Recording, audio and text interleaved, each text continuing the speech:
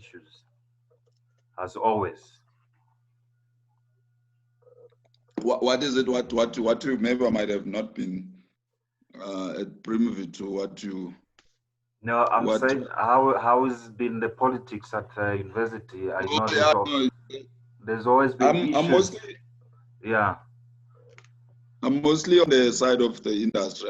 I don't get too much involved in their politics, but yes, you'll always know that the academics they get into politics. I think their major problem there is there's an element of maybe racism, of which is an old chorus. Yes. Yes. Yes.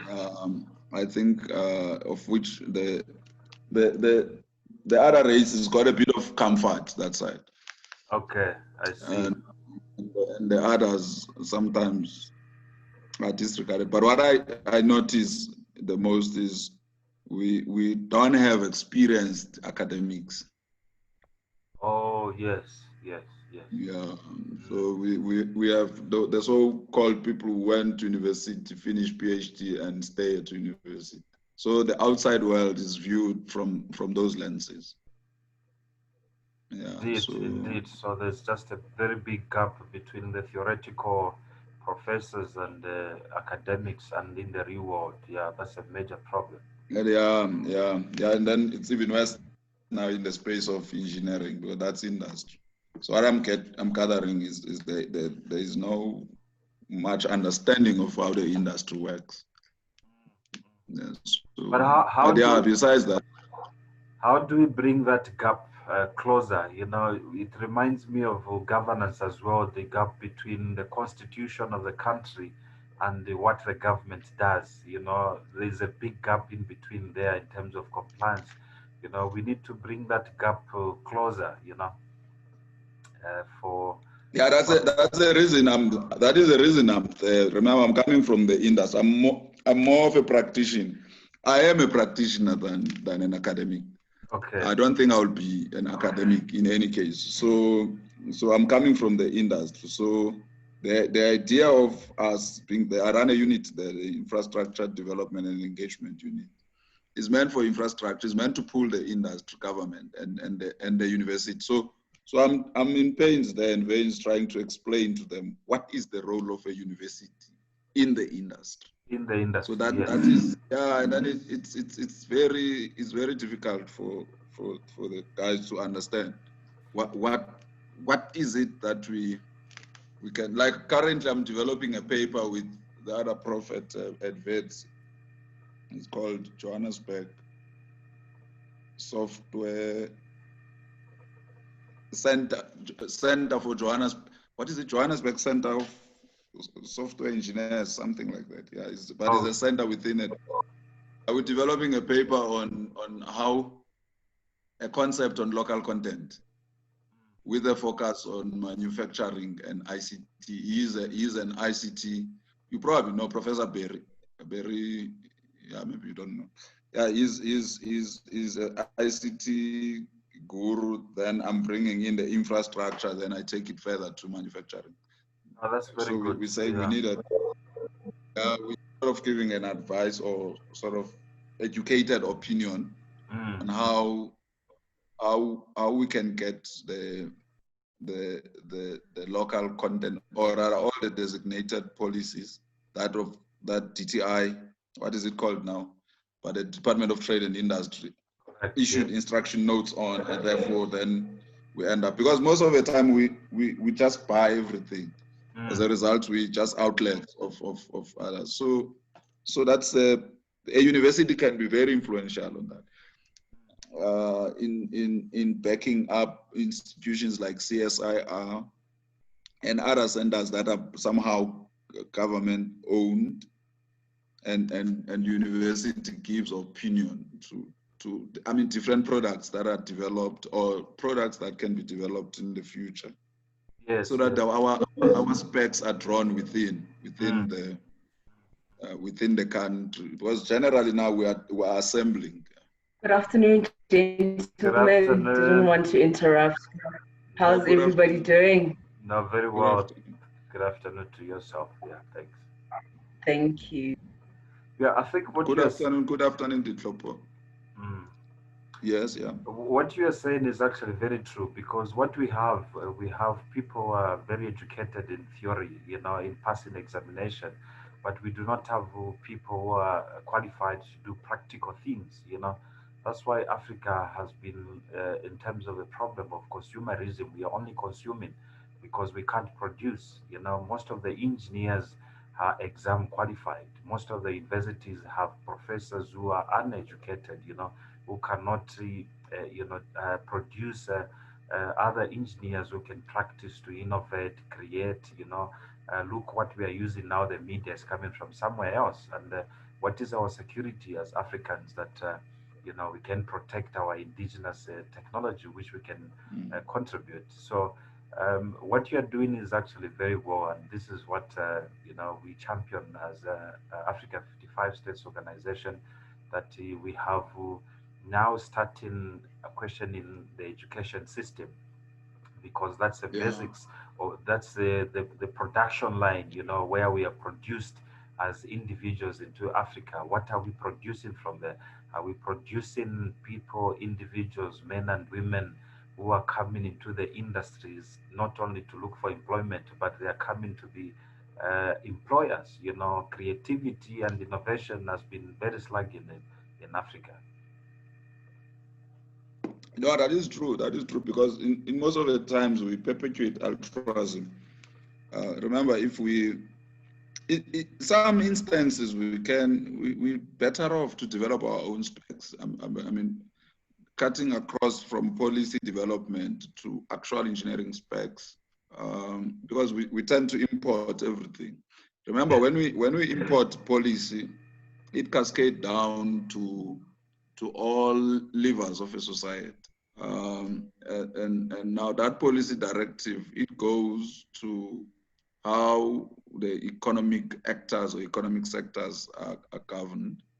And then it goes down straight to, because the economic sector, it will always be pillared under, say, sector areas like manufacturing, your transport, your big infrastructure. Then that is engineering. It's a So complete if value chain, yeah. Yeah, if the policy directive is imported, so you are going to import engineering specs, then you are going to import, there is nothing you can manufacture on your own. Therefore, you basically imported the thinking process itself. So we're not thinking. You're really not thinking, and I don't think you can call yourself an engineer, because you're rubber stamping, and this thing of AU, I think we are writing letters to them where they talk about the free trade area. We can't have a country like Lesotho or even South Africa with a population of less than 50 million, or Lesotho a population of 2 million, Botswana as well a population of just a little bit over 2 million, to have a free trade agreement with China with a population of 1.3 billion people. What China would do is will just flood their things into Lesotho or Botswana, and those who are trying to produce from Botswana, Lesotho, and South Africa, they can't compete, because No, they can't. China will be making one They rand can't. profit, and us, we want to make 100 rand profit to pay our bills and to sustain the company. So these are issues that we have to table up into the policy and implementation. Yeah, it's very. Yeah. I think we're very apologetic. In the case of South Africa, for example, I think the officials that are dealing with, like, they're supposed to be fund managers, for example, they mostly blunt. They don't negotiate our case well. I would believe the same in Nigeria. I think it should be the same in Kenya, maybe up north as well, Morocco, and so we But are we non-state? Are we we don't have the spirit, man, to negotiate contracts. Are we non-state Yes, sorry. actors? Are we non-state actors advancing ourselves to to put ourselves on the space that we intervene into the governance of our countries? You know, like for instance, when I've been working into South African Parliament, uh, I see Dr. Kwame Nkrumah is there as well. Thank you very much for having you there.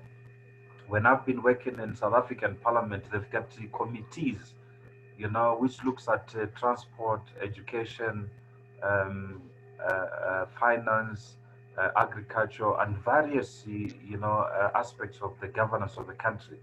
But us, in terms of like South Africans here, do we try to find our space, you know, to push ourselves into those decision committees where things are happening, or we stay at a distance and complain about the ANC, or we want to do the damage, you know? So how is the state actors trying to, you know, to involve themselves, you know, instead of pointing fingers in terms of the governance of the countries? No, that is true. In a democratic society, you need to be organized. However, the importation of policy, it makes such processes to be undermined too, because I mean, I think across the most developing countries, um, all developed countries, when they want to trade with the developing countries, one thing that they have to capture is the policy. Once then they're in charge of the policy, they made sure that we draw things in their line. For example, the evaluation of the quality of our institutions for the consideration of foreign direct investment. There are so many things that are questionable there, but now probably you're correct to say, do we really challenge these things? So do we have scholarship that challenges these things? Because what you'll see in most instances, maybe Dr. Kwame Nkrumah might sort of say something about it.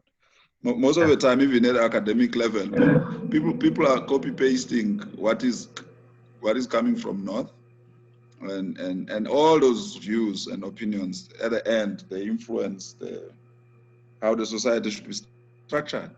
So Correct. it's importation of views, importation of policy, and it makes everything that we are attempting to do impossible. So the failure is, of course, at the grassroots level where people organize themselves. But then the major failure is in the space of academia. I think our scholars are slightly cowards, Yeah, they don't confront things, they don't confront. I think there's a lot of common sense being used and copy paste and the eagerness to just get the certificate at all best.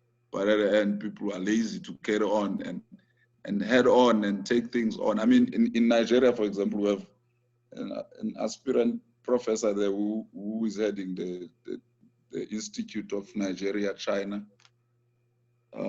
Development Studies. It's a bilateral arrangement between China and Nigeria, but is hosted at University of Lagos. So they're doing great things there. I'm a fellow there. So we are trying to bring this attitude of let's challenge these things because we can write. correct, correct. Yeah.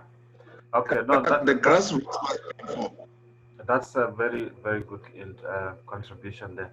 I see there we've got some members who have come here. Kwame, good afternoon. I don't know what's the time there in Ghana. We've got as well Nkosazana. I think she's in Pretoria. Good afternoon to you. Orotirwe as well. We are quite there. Good afternoon to you. May I see some smiles on everyone there? Good afternoon, Dr. Yeah. Let's smile even if things are bad. I think we will make us get something. Yep. The situation is dire. Yes, yes, yes. No, we just chatting. I think we are waiting now for the AU president for ICOSA. It's actually Economical Council, Cultural Council of AU organ, who is part of our forum. He's actually trying to sign in now, so we can interact. You know, we can talk. We were talking about the difference between the education system and the practice in terms of the actual practice in terms of engineering. So we are just chatting with Bongani there from Nelson Mandela Day, who was trying to give us that feedback. Maybe Olatirwe, maybe you Yeah, have. if I may say something.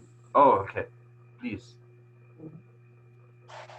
Yeah, I think the education itself, I love Kwame Nkrumah as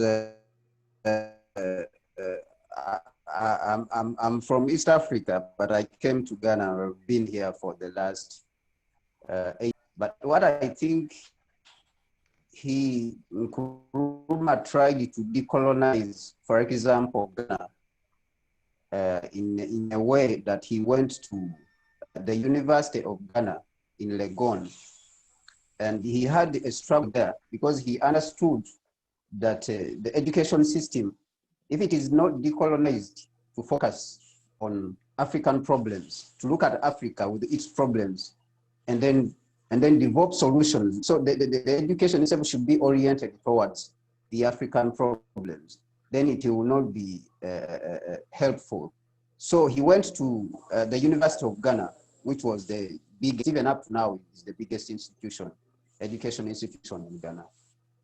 But he Yes. faced a lot of resistance there.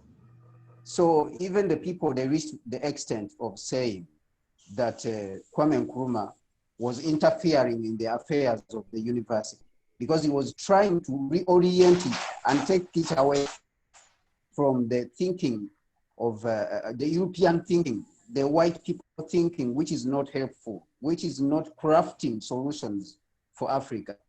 And every institution he was building in Ghana, he was building that institution and he was hoping that it will be replicated in other parts of Africa if you look at his mindset. But he faced a lot of resistance to the point that he gave up. The people there, the stakeholders who have interest in the way the university was running and they don't want it to change, they defeated him. And what he resorted to was to go inside the University of Ghana in Legon itself and set up the Institute of African Studies. So he said, this is where we'll start from, because he looked at it as if he has failed to decolonize the University of Ghana. So he decided to set up another institution on the side within. But if you look at the Institute of African Studies today, after they overthrew him, I went to the Institute of African Studies in Legon and I was so shocked.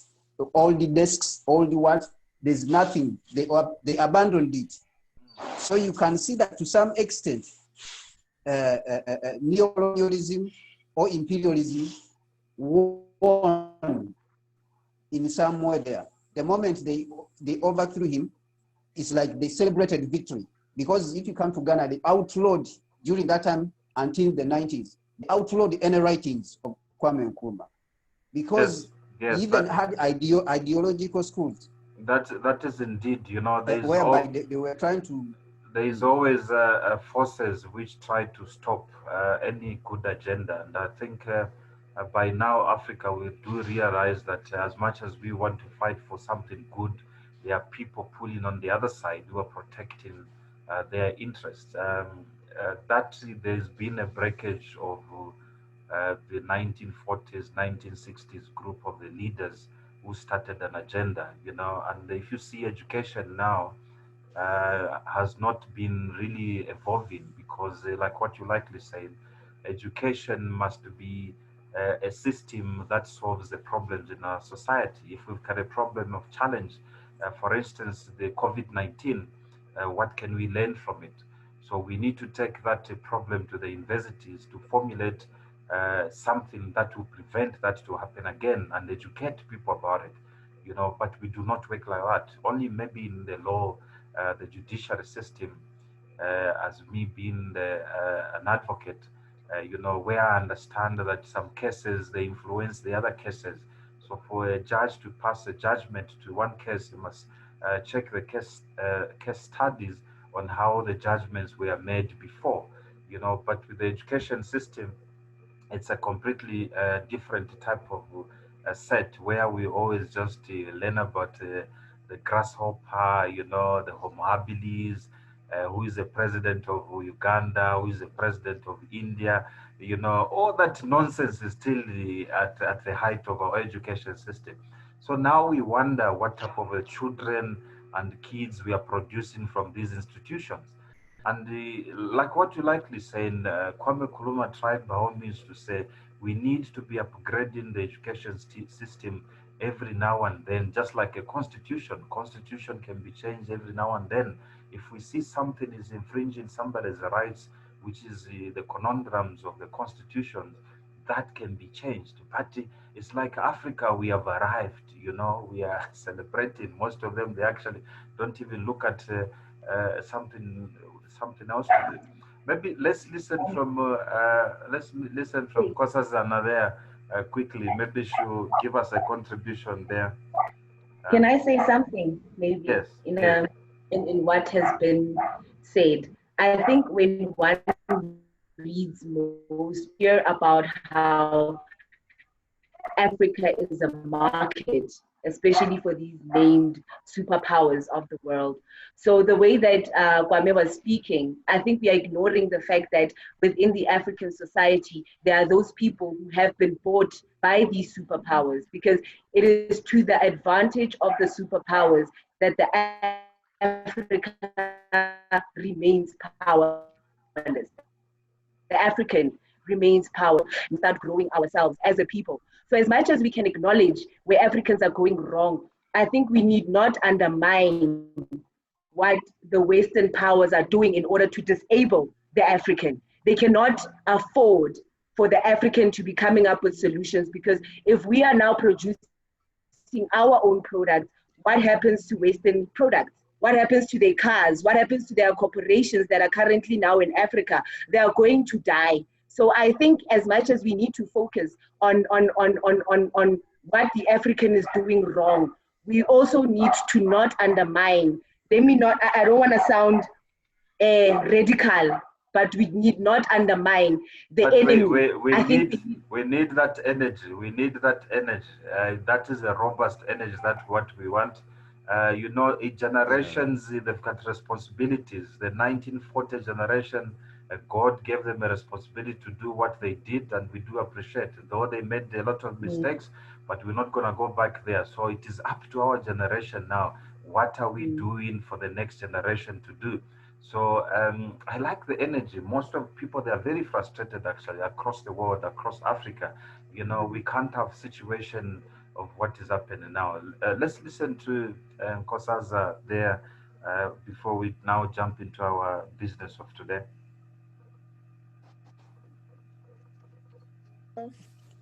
Good day, everyone. I like this discussion we're having because it's speaking to the the stuff that we have in common, and the concerns that we all share across the continent, and particularly in the diaspora. For me, it goes back to, though I don't like to get into this debate, but it goes back to the issue of our own political parties in Africa. I always say, when the West captures our political parties, which are supposed to be our political leadership, in our individual states and across the continent, when they buy them, and then it obviously causes them to become paralyzed because they've been captured. And so all the brilliant ideologies and the policies and everything else upon which they are built, they get compromised. And once you paralyze our leaders through buying them, through funding, because I've seen, I've been studying our own politics in our country, and if you look at the history, you realize that even prior to the ANC coming to power in 94, there was already issues from the time of exile where our leaders were bought. So once, we don't build up mechanisms within our own political parties to control and to manage, or some form of strong concentrations and accountability structures to make our leaders become more accountable, more transparent in terms of governance, with integrity, etc., etc. Once they become prone to being bought, and then it paralyzes the entire agenda of what we seek to do as an organization for that specific country, and obviously across the continent. So I think it's been at the heart of the collapse of the African dream, in my analysis, is partly the issue of political party funding, individual funding, obviously, and then that cuts across, obviously, to corporates, to everywhere. So I was just chatting with somebody earlier on today regarding what Mr. former President Thabo Mbeki wrote about To the Eye of the Needle, and I was saying, you know, I think as this generation, we need to start to think differently in terms of the people we elect into our leaderships, in terms of qualifications, the education, the political education and maturity, integrity. People who are like, you can't elect people who are sinking in debt, because already that becomes a pregnant ground for them to easily be bought. We can we need to move away from electing people for the sake of popularity, the issue of popularism that has become so strongly entrenched in our politics, in our politic, and because people have managed to amass numbers based on their popularism, yet they don't have substance to offer. That already compromises, the quality of leadership that we get, and then whoever gets to become our future presidents, etc. So yeah, it's just one of the things that there's a lot I can say a lot for the entire day, but I think at the very heart of right. it, honestly, is that. You are very right. You're very Thank you, right. guys.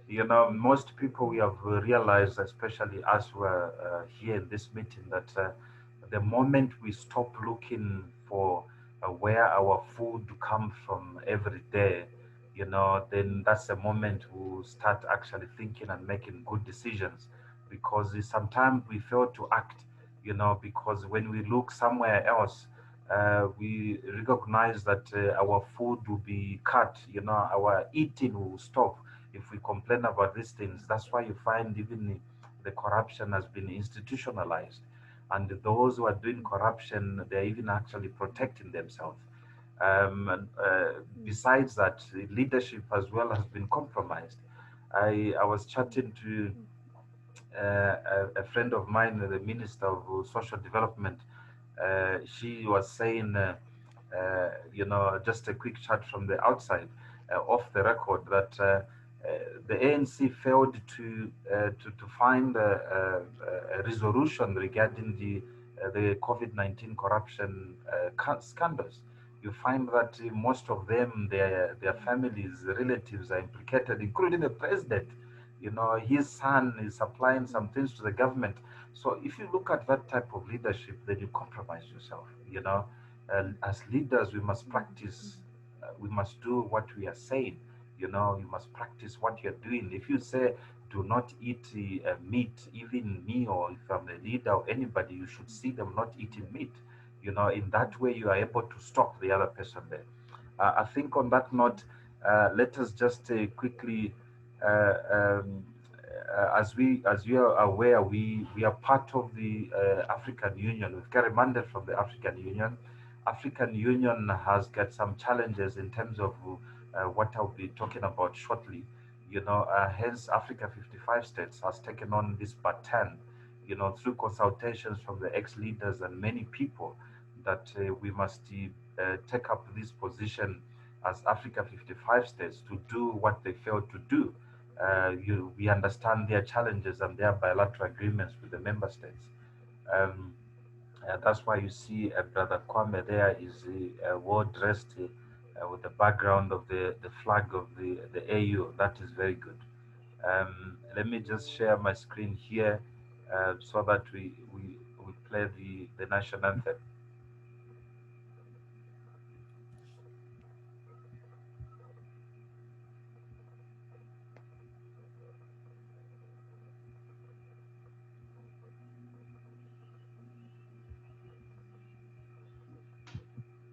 My apologies.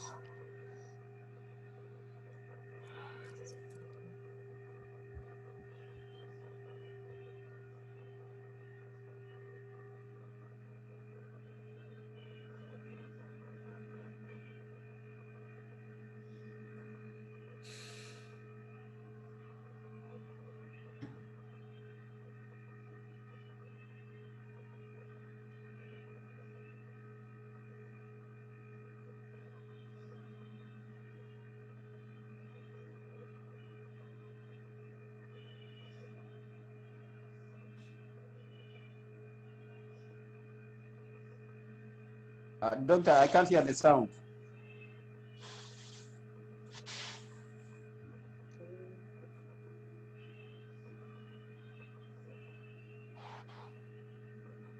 Hello, Dr. There is no Sinkala. sound, Doc. The sound is not coming, please.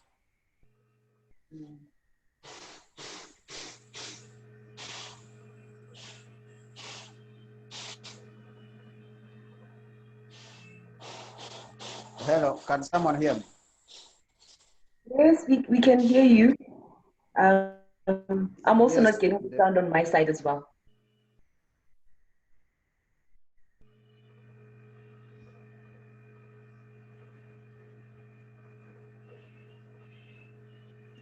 yeah, there's no sound. I can't.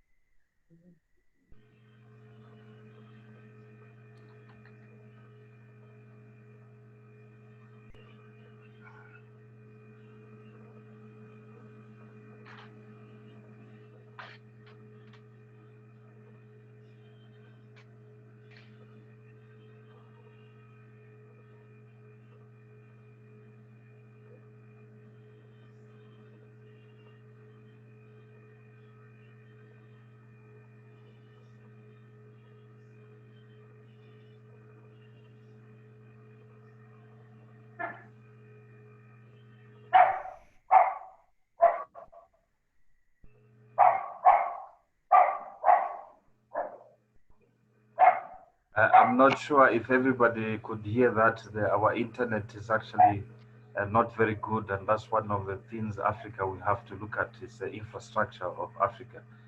Did everybody No, hear any words? no, we read it. It's fine. Yeah, We read it. Okay, we read it. perfect, perfect. You know, Africans, we are built in a rhythm of singing, you know, and I think that unites us, even if we don't speak the same language, but in our diversity of singing and our inclusion, I think that just builds up the spirit. And I think this is what we want to build as Africa 55 states going forward. We believe that unity is a major thing that will unite us, you know, to find that we start working into the right direction. Thank you very much for listening to that wonderful AU national anthem. The AU national anthem is there for all African countries. So instead of us playing differently from different countries, like you know, me from Zambia playing one from Zambia, South Africa one, Uganda one, another one Nigeria, you know, it just brings confusion. Hence the OAU's foundation was on the basis that we have something in common that we can celebrate, and the words are very nice. You know, you're welcome to download it. You know, you can memorize it as well, and you can sing it at any time because it just gives us the ubuntu and the connection as people. I'm going to share the screen again now, just to give us um, a presentation of what we're talking about. Can everybody see? I just want them to, can you just do your thumb up if you can see? There I have, okay, so we can, all of us, we can see.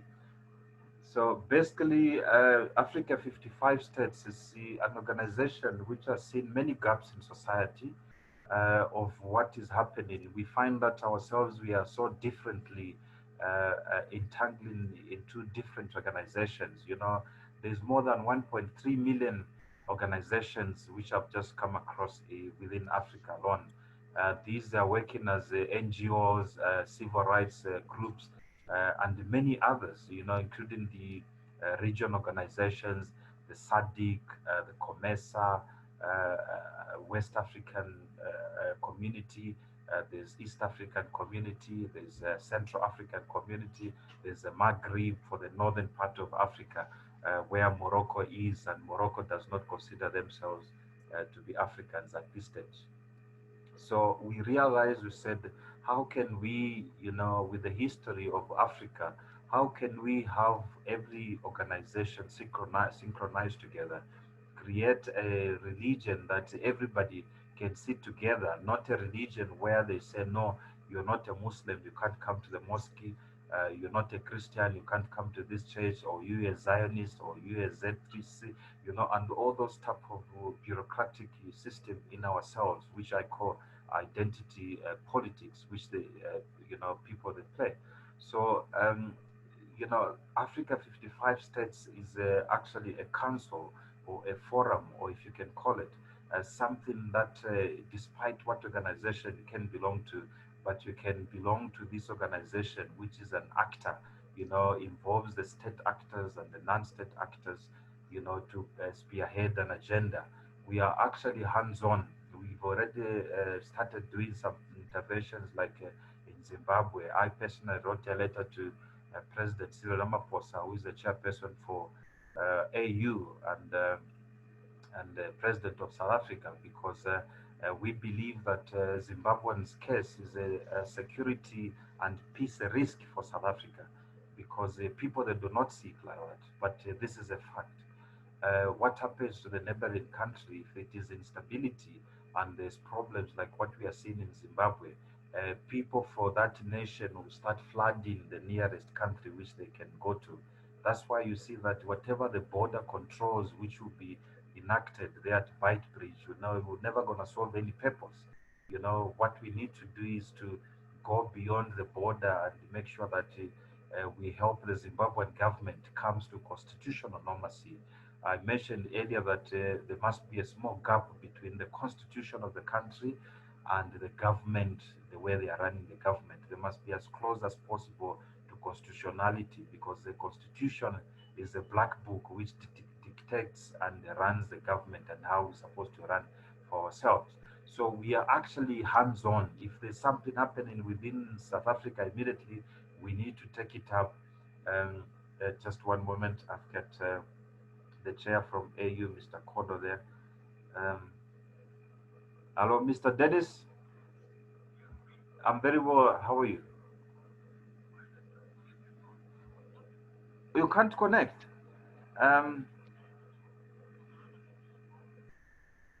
Okay, let me send you another link. Yeah, let me send you another link now, because you are needed immediately. Sorry. Okay, thanks. Yeah, we just started playing the national anthem, and we see the AU president is not here. Okay. Sorry, my apologies, sir. Let me try to connect you. Yeah, okay, thank you. Yes, let me send you another link.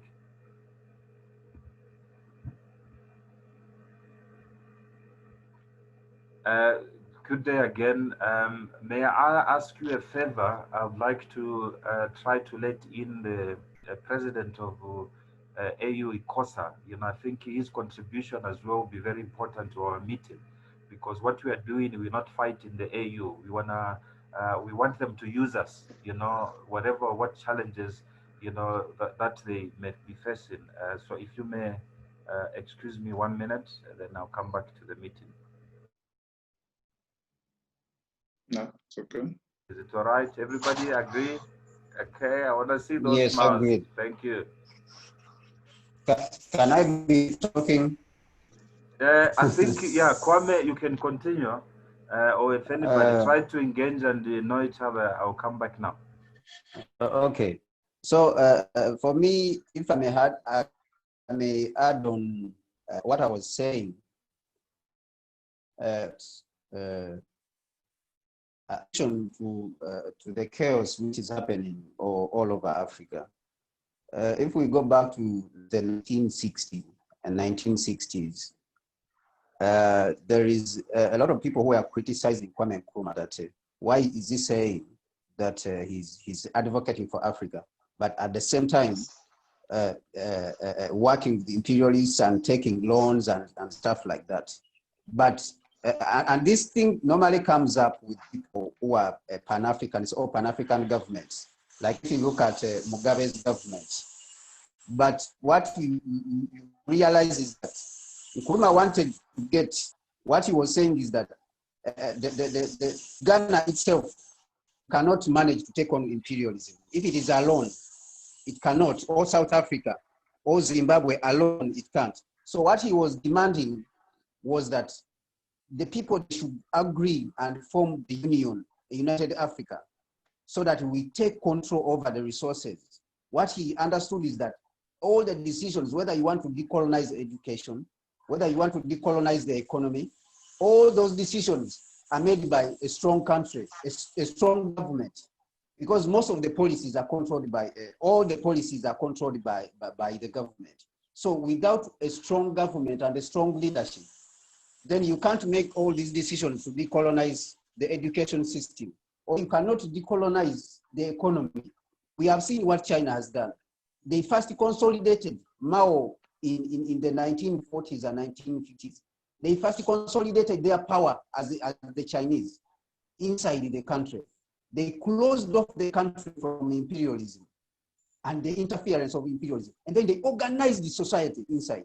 So this is what Nkrumah was saying, that you people, let us give ourselves power. Let us consolidate independence. So when we consolidate our independence, then we have one unit, one military, one foreign policy. That means if they want diamond, they will not run to Angola because Zimbabwe has refused to give them diamond, or they will not run to Ghana. If they want oil and Ghana says this is the price we want, they will not run to Nigeria. There's no way they can do that.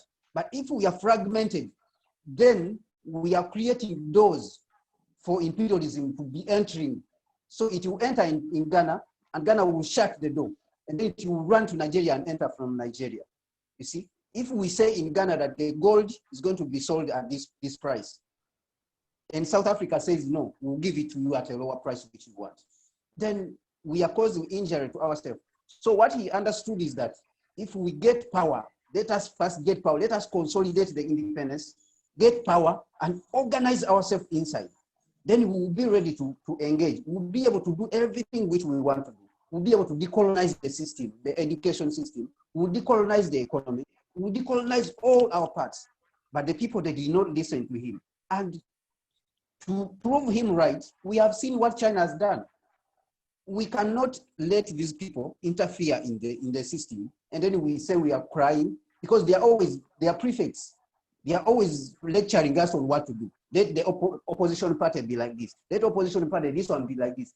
They will come and sponsor MDC. Now, when they sponsor MDC, the MDC will be against, ZANU-PF. And then you go to South Africa, and then they will sponsor maybe ANC to some extent. When they get tired of ANC, then they will sponsor DA. You get the point. So we are in a state of confusion. But what I think is that we have to look at the bigger picture. We have to see the big picture. We said that ZANU-PF has the problems in Zimbabwe, but is that the biggest enemy we have? Is corruption the biggest enemy we have on this continent? We have a bigger enemy who is against us, who has been on our back for the last 500 years. So for me, I would buy into Nkrumah's idea that if there's any strategy which we need to use, we need to employ, we need to strategize around achieving power first. Before we make those powerful decisions, before we make decisions to decolonize education system, to decolonize the economy. Otherwise, if we say we are going to fight against ourselves in political parties, now like South Africa now is putting pressure on Zimbabwe, this is a very futile effort. What we are doing is vain. We are just wasting. I see that we are wasting a lot of energy instead of focusing on the bigger picture. So, guys, thank you. That is my view. Oh, thanks, Kwame. Of course, Kwame Nkrumah is one leader we ever had in Africa. I haven't seen any leader like him. You are correct. Kwame Nkrumah is one just best leader. I mean, there's nothing to argue on him. We understand very well. Borrowed monies for, there were quite a number of development in Ghana. You had Volta Dam project. There were quite a lot of things. He was industrializing. So we have no real issue. All we need to do is to carry on where he stops and put that into practice. Africa has to industrialize. That's all what is required. And without that, I will always continue to be bought in easily. So we need to build a muscle. And unfortunately, this muscle, or fortunately, not necessarily stacks of money and so forth and so, is to define what makes us to be considered financial viable. Can we continue allowing foreign people to come and define us that we're not viable, our institutions are inadequate, etc. So if we continue as such, and then our politics will continuously be defined as such. So we can't define ourselves. Kruma was in the right track. So that's all we need to, we must just follow that, but we must put practice to it so that we are not easily bored. That's what is happening now. We're easily bored, and for one to be on the elite, you must have an ability to control the crowd. That's very sad. Thank you very much for the contribution, members. May I take this opportunity to welcome the president of AU, African Union, ICOSA. It's an economical council for social and cultural council of the OAU. It's an organ part of the AU. AU, you must remember, has got about 7 organs, and in each and every organ, there's a president who presides that to spearhead the organization's movement and activities. President Dennis Koda is joining us from Kenya, Nairobi. Good afternoon, sir, and you can say a word or two just to before we go into the meeting. Good afternoon, everybody. It is about 2:30 here. I'm sure we are 1 hour ahead of you. I have to apologize that I had difficulties in connecting, and that's why I'm delayed. And thank you very much, Dr. Sinkala, for sending me the other link. I'm very happy to be part of this discussion. And just before, as we are about to start, I got a call from the head of the secretariat, who's Mr. William Kariu. He's now in Sierra Leone, but normally ECOSOC is based in Lusaka, Zambia. And we are talking about the situation in Zimbabwe and the kind of decision that we need to take as we wait for our leaders to make their decision. So that took a bit of my time, and also my deputy presiding officer in the Southern region of Africa has also issued a statement on the same, which I've posted. I think we'll look at it later. But we cannot majorly come out as ECOSOC on this for now until we wait for the leadership of the African Union to come up with a statement based on what they are seeing. Then we'll be able now, as various organs of the union, to see how we can also intervene, especially the civil society. So this is something that's developing, and we are looking at the best way to approach. But I'm sure ECOSOC is going to play a very important role. But as I said earlier, I think Africa 55 states has done a very, very important role in this. And I think this is the way to go. And therefore, I'm very happy to be part of this discussion and then to see how best, what role can we play. What I've discussed with Dr. Sinkala many times is about how do we want to project ourselves as the 55 Africa states. And I think the best one approach which we need to discuss as the committee is to line up with what the African Union is doing. But as you know, the African Union is limited in terms of certain areas where they can intervene. And I think this is the area where the Africa 55 states will come in. So we have a lot to do in terms of engaging the people, because ours is a people-driven. Africa 55 states is a people-driven initiative, while the AU is more of the leadership-driven. So, you know, the leaders have their own agenda, and there's also a few limitations they have. But for us now, since we'll be dealing with the people, I think there's a lot that we can bring on board. There's a lot that we can voice out. And I thank President Sinkala for already starting this when he initiated the idea of writing a letter to the AU chairman to see how how AU can intervene in the situation in Zimbabwe. So I think this is the way to go. And Africa has a lot of issues that need this kind of intervention, which African Union cannot deal with. So, Mr. President, that was just introduce myself, but I'm very happy to be part of this discussion and to see how we can advance it further to make it more. Let's give it teeth, not like AU, which is sometimes referred to a bulldog, but we want to have teeth in this particular one. Thank you. Thank you very much. Thank you very much. Well explained there, and the excuse and the reasons are taken into consideration. Thank you very much, President Dennis Kode. I'd like us to go to the presentation quickly, just to give an overview of the idea. It's a working document which we need to work with together. We need to establish a structure of Africa 55 states. And I believe that from this group, what we have, we can start organizing and putting people, capable people into certain positions for this organization to take its shape. I will share my screen now just to give you that presentation. Is everybody seeing my presentation? Just give me a thumbs up there. Thank you. Good. We are happy. So this is the constitution. It forms part of the framework of Africa 55 states that it works with the existing organizations.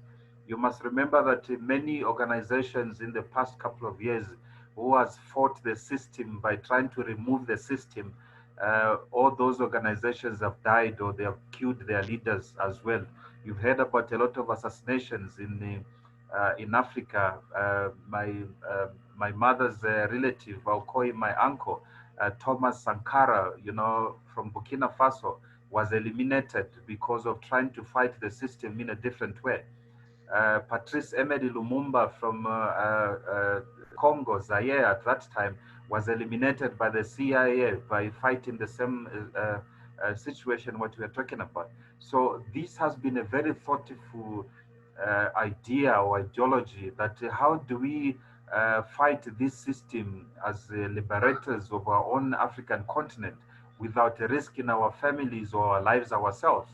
How can we understand that this is our enemy, and how can we bring our enemy closer to us, and how can we influence the enemy to believe that we must sit on the table both as diners and not as waiters or food to be consumed, like what Professor Lumumba has always told us. But let me go to the next slide there. Um,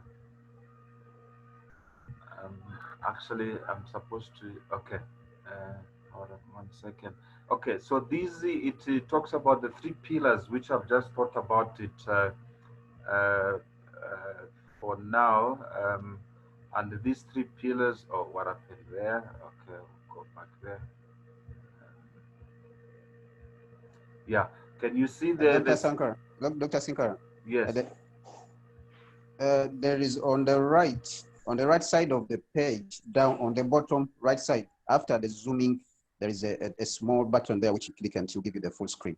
On your right side, after before the zoom, before the zooming where there's negative, that there's a small button there. No, on the right a little bit. Okay. Before you go to the zoom, there's a small is like a brush. That one. Which one? This one. Slideshow. Yes. Okay, perfect. Thank you very much. Thank you very much. Yes. So if I click on it. Yes, perfect. Then let me just minimize our screen there. Then I don't see you smiling there. Okay, so basically, if I go back, that is okay. Yeah, it's fine. No, so if I go back just to show you an overview, this is an African People's Council. You're talking of a forum to give an opportunity not only to South Africans or Nigerians or Zimbabweans, but the whole continent and the whole Africans who are in diaspora in America, United States of America, and England or any other places, whether they are doing very well or they are not doing very well. This is their forum which they can participate and they can support as well as full and part and parcel of the decolonization of the African mindset. So this constitution shows on how this idea has been born and how it can achieve to set up standards and how to work, by educating the members and the people as well, so that we do not open our mouths so big that we risk our lives being eliminated by those who would like to make sure that the agenda for Africa does not go through. So the pillars of Africa 55 states, the major ones which we have identified at this stage, but like I mentioned, it's a working document. We can go and change it or add something, that will suit what is happening in all the 55 countries. There where you are, Kwame, there in Ghana and West Africa, it could be a different system. In East Africa, where Mr. Dennis is, also it could be a different system, and also Southern Africa. But we believe that the basic governance of our countries has to be on a basic uniformity, that we have somewhere to start from. So corruption, you understand, corruption is a big major thing. The reason why corruption has flourished because we do not have a system that protects thieves from stealing. You know, we must admit and accept, and I've said many times and again that human beings, we've got 50% as a normal person and 50% we can steal, we can kill, we can do anything. But the system can protect us from even harming ourselves and our children. So corruption is flourishing now because there's no backbone or system in terms of governance which protects both of us, even a normal person and a not normal person. So that's why we find that each and every regime we appoint in governance in Africa has always become corrupt, and immediately after appointing a new regime, we rush to the elections again because it's not the corruption is not in the people, the corruption is in the failed institutions. So we need to work with the institutions so that whoever goes there, then whether they are corrupt or not, but the system will align them to be a better person. I give an example as well, if I can proceed, in terms of FNB Bank. You know, FNB Bank in Southern Africa has done very well in terms of governance, and I don't hear any scandals of corruption or whatever because they've got a very good system. They can't approve a loan to somebody without due processes, and they must make sure that that loan goes to the intended recipient. Governance, yes, governance is actually the system of how government should be run. A government must identify the people, the population. You know, when I talk about the population, I almost cry sometimes because as Africans, most of the leaders, they do not even know the number of people they are presiding on. Imagine you don't know how many children you have. You know, it's very difficult for you to actually even look at them and buy them shoes one by one. The basics of the statistics in Africa are based either on the United Nations or American statistics or whatever. Our statistics office do not work. You know, we used to do census every 2 years to check where the people are, whether in urban or rural areas, and what we can do for them, and that does not happen. You know, the councillors of the system we have adopted from colonialism as well, it shows that the councillor is given a demography, an area like Johannesburg, and you need to know as a councillor how many babies are born in each and every year, how many youths are there graduating from grade 12 or matric certificates, how many elderlies those people are old there, and how many those who are productive who have just finished universities, that you find opportunities for them to be productive and start paying the taxes, so that those through those taxes and the state-owned enterprises, the companies, we can be helping those who are older who cannot work. Now we find that in South Africa, this is an argument I had with the social development minister Lindy Ozulu, that South Africa now they want to adopt a basic grant for every South African who is in South Africa. I said, you can't do that.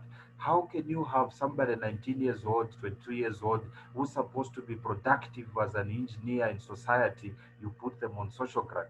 So this forms about the governance that we have to adopt a framework which is good, that is working and looking after the people and the services. You know, when you talk about the statistics, the number of people, the race and everything, you also have to talk about how many schools are in that area, how many hospitals are in that area that is accessible, how many primary healthcare are within that facility, including as well jobs, how many jobs can cater from within that sector, so that you do not have people from Pretoria working in Johannesburg. So that's all more of governance, local government, provincial government, and the national government, which is the overseer, which does an oversight towards the provincial government and local government performance.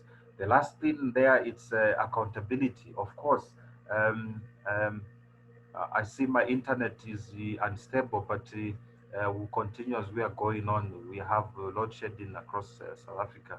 I heard the ESCOM announced stage 2 load shedding. Accountability, you know, we see African leaders announce that they are releasing a fund or an amount, or they have done some policy, and it ends up in the media, it ends up on the policy level. You know, these policies are not enacted into law. You must remember that if a policy is not enacted into law, citizens cannot take the government to court.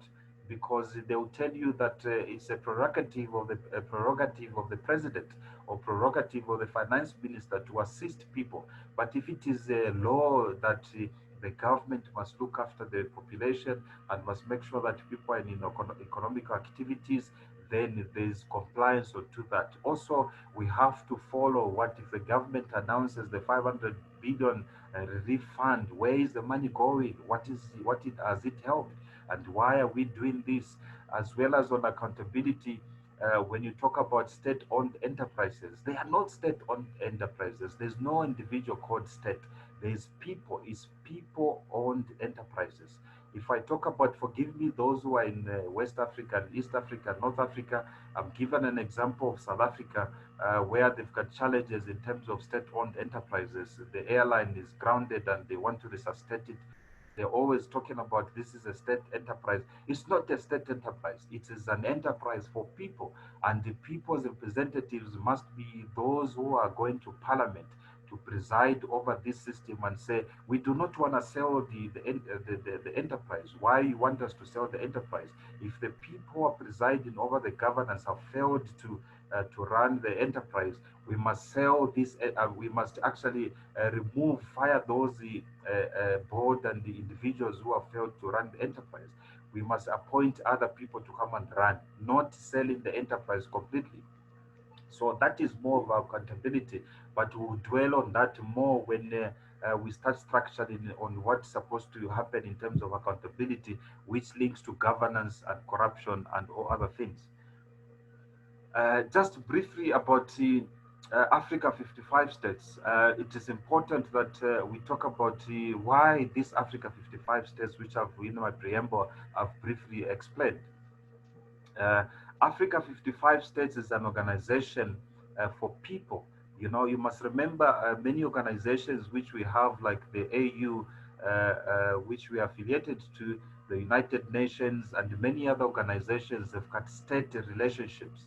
It's member states. So it's what I can explain is the AU and the government of South Africa, not individuals of the population of South Africa. So that's what happens. But us, our relationship is with through the people. We are people-driven organization. Africa 55 States talks to people, talks to the Nigerians, talks to the Ghanaians, talks to the Libyans, talks to the other Zambians and all other Africans, wherever they can be. So it's a representative of more than 1.9 billion Africans. We do not know really because we do not have reliable sources of statistics.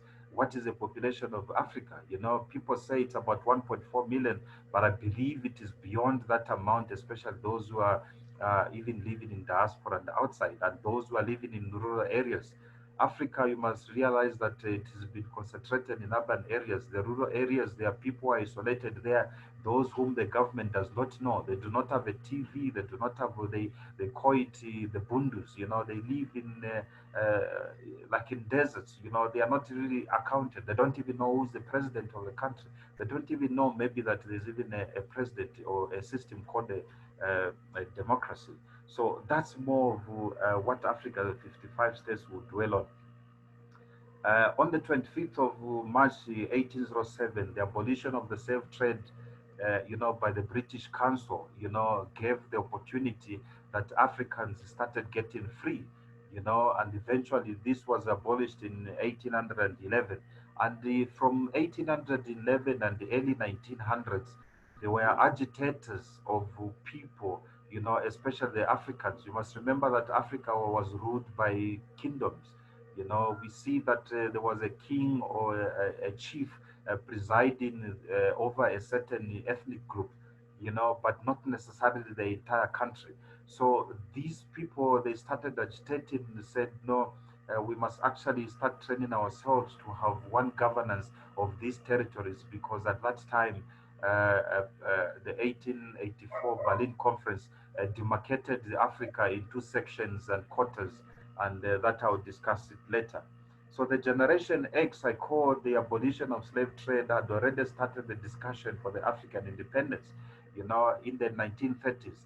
And through the 1930s, they realized that we do not have experience in terms of governance. Hence, what they did was they met in 1957 in Gold Coast, Ghana. Today, there was a reason why they called it themselves as Gold Coast, because there's gold there. When they met there, they realized we need a watchdog, an oversight that will preside over the whole entire African governance. And hence, they started debating on what organization can we form and where can we form it. Through that meeting, uh, uh, the 1963 32 heads of state who signed an agreement in Addis Ababa, hosted by His Emperor's Haile Selassie. And the agreement. This is the Organization of African Unity Charter. It was called African Organization of African Unity. There was a reason why it was called an organization, and there was a reason why it was called African, and that was the reason why it was called a unity, because they believed in unity. So this is the charter that we can always go to. I have a copy. I can send that charter to you, which says, we, the heads of African states and government, assembled in the city of Addis Ababa, Ethiopia, convinced that it is all in the inalienable rights that all people to control their own destiny. So it's a very good charter that you will be motivated when we discuss about it. But to come back to what we are trying to discuss, because since this is a working document and this meeting was specifically on the structure, after the research and the techniques which we have done with a group of people who mentioned that we need a structure that you solve all the problems, that you take care of everything in society, without any selective judgment.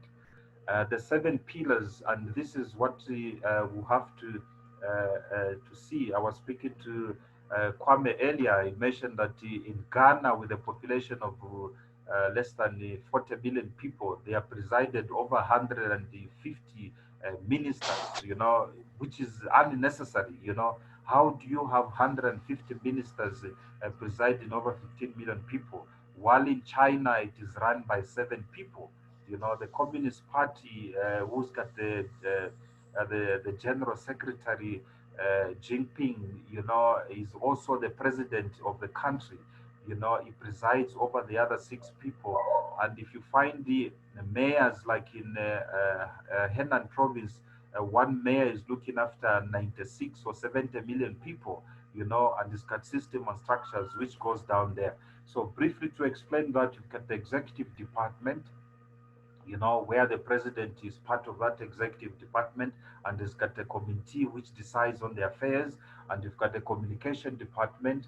That department is for communicating, and the people, if they want something, they can be referred to any department within the system. Dissemination department is where they send now information on how the government runs in terms of health and in terms of all the good things which are there: agriculture, education, defense, elections, democracy, reform, statistics. Everything is that in dissemination department. You've got the treasury, of course, which is a department of finance. It talks about the budgets, on how to cater the budget for the number of people. You must remember that a budget has to meet the number of population you have into your communities or your country. So, for instance, the people in South Africa, the population is about 50 million, they say. So the budget has to match that, plus you add maybe 10 to 20% of foreign nationals who will be coming, or expatriates who will be coming to that country, and develop that budget to cover that system. So that is the finance and the planning, and how do you get money as a country. As a country, not only you depend on the taxes, but you also have to depend on the investments of state-owned enterprises. I call people enterprises, to start doing manufacturing, airline, and all those type of things. That revenue comes there, it supports the fiscus and the budget of the country. So that is the treasury part of the department. Then there's production. Production is where things are happening. If you talk about the health, we need to have the health infrastructure system. that covers all the corners and society of our land without leaving anybody.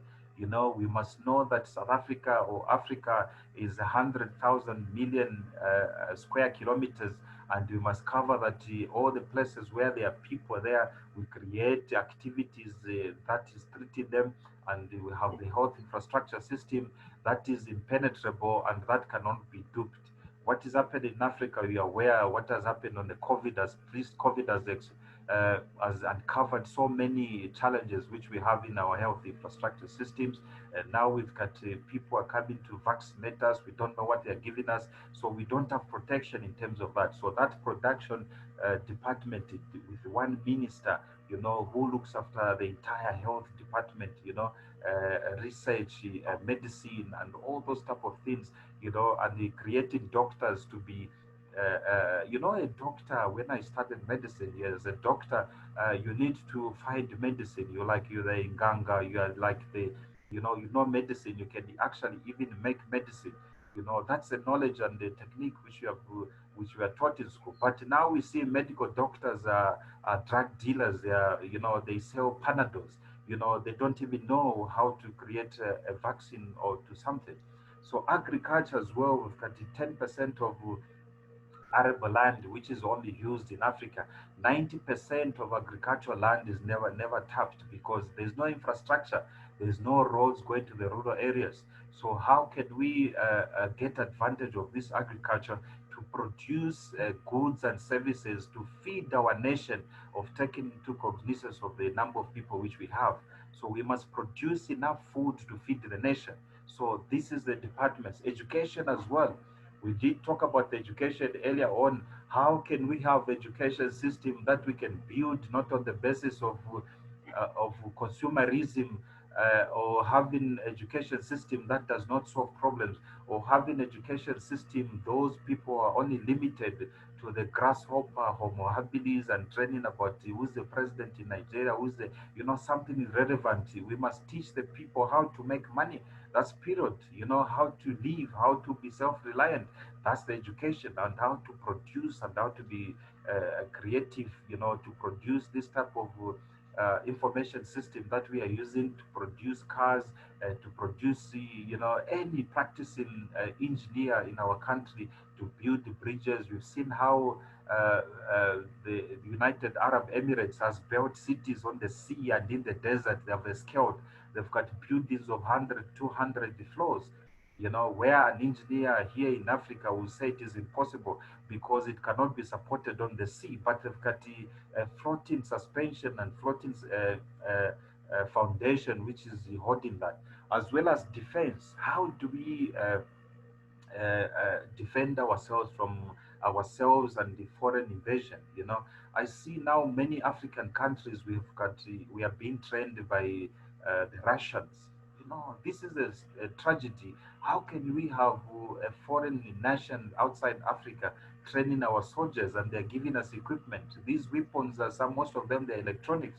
You know, and if these things detonates, maybe to be initiated from Russia, we don't know. The defense must be trained by ourselves. The guns and the arms must be produced by ourselves. So this is about the defense as well. Then we've got quality, qualifications, which we can't forget about it. We need to have the quality, the standards, and the compliance. And the last one there is the public department, you know, which looks after the 55 states, the whole countries, and the region and the continental part of the system. So this all document will be broken down into different departments of people who are specialized and they are doing something, as well as if I talk about the quality there, I like the Chinese model. Many people have now attacking China, that China is taking over Africa as the next colonial powers, but they are not asking the question, how can we learn from Chinese type of governance? China started 60, 100 years ago by Chairman Mao, who produced a black book or a red book for each and every Chinese, that they restrict the population of the people to match the economic activities. You must have heard that Chinese had only been allowed per couple, you need to have 2 children. Many people complained, you know, that you shouldn't have 2 children, but that idea worked, that the Chinese people must match their economic activities. They should be able to have opportunities, employment and creativity, education, healthy, to match the population. Now, if the population is too big and the opportunities are too slim, then you have what is happening now in the rest of Africa. But in Africa here, for God forbids, when they become too religious, they learn about the scriptures which said, subdue the world and multiply. Then we have more children that we can't even take to schools because the schools are not even enough. On that note, ladies and gentlemen, I'll close my presentation there, and I would like some participation from the group. There we are.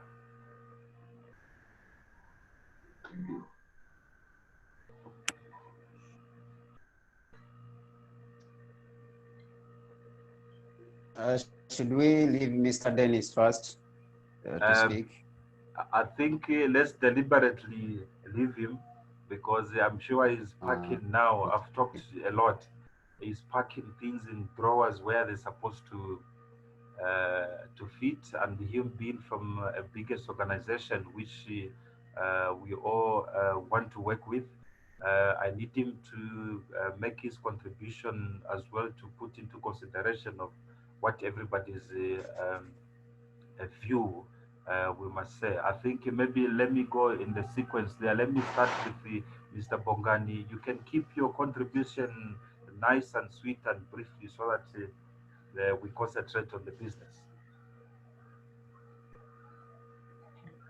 Thanks, Dr. Sinkala. For reasons that I don't know, I wasn't seeing your presentation. I was just listening. Wait, no, it's okay. No, I will share the presentation, because it's a working document.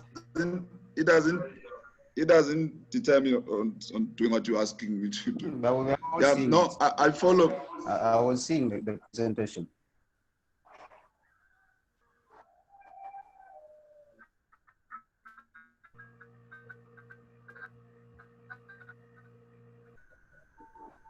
Our network is trying to cut us there. Are we all connected? Please go ahead. You very well. Yes, please go ahead. Okay. No. I follow. I think most of the things that you've said, like I was saying, I was institutions.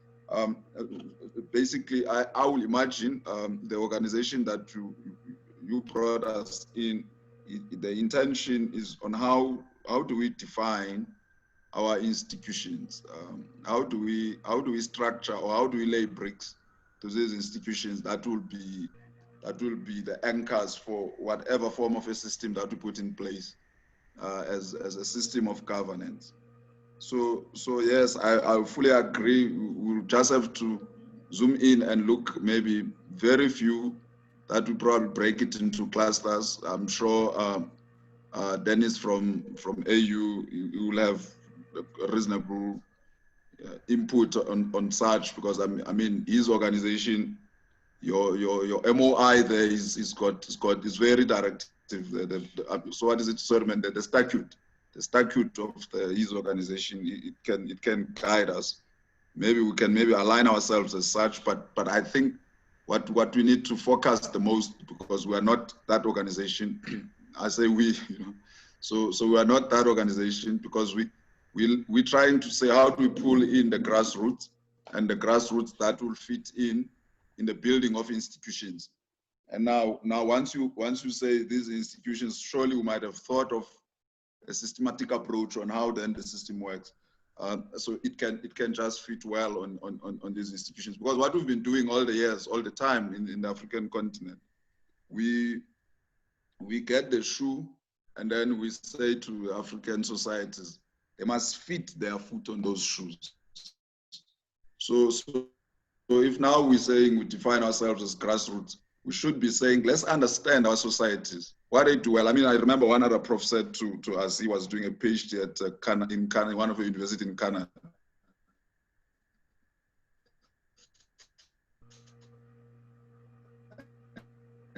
And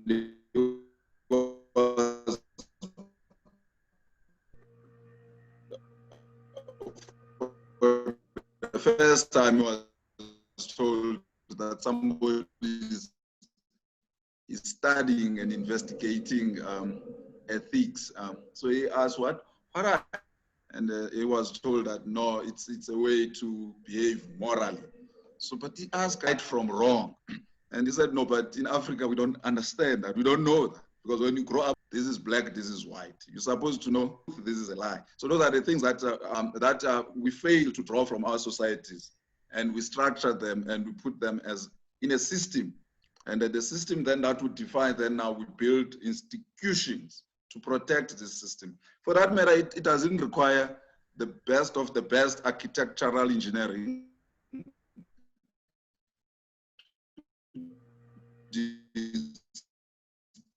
design such, because we take what exists. Our African societies have powerful and respectful values and cultures.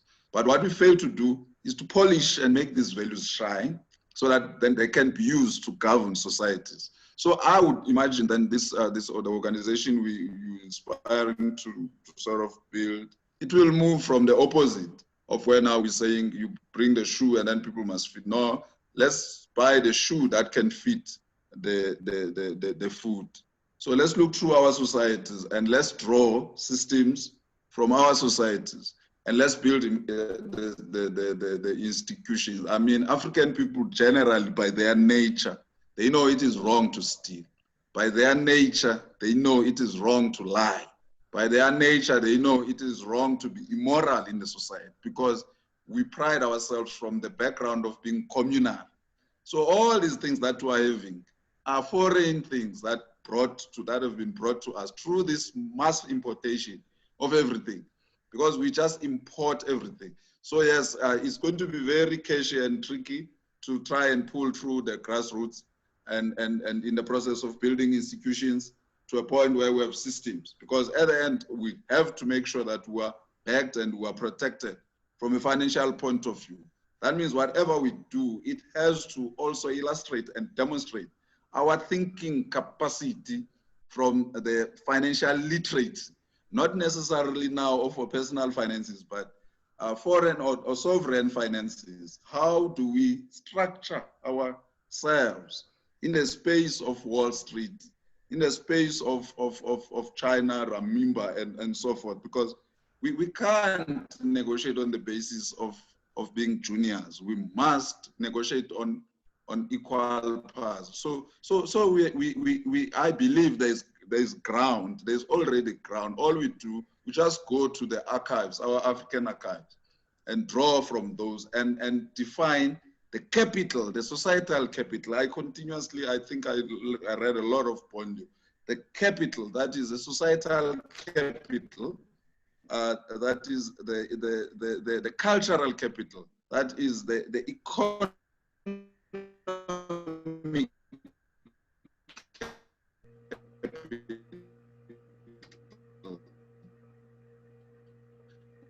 now we have to harness these three, and we have a formidable system that then we can build upon, and then we say to the grassroots that we talk of, this is who we are, this is what we are trying to do.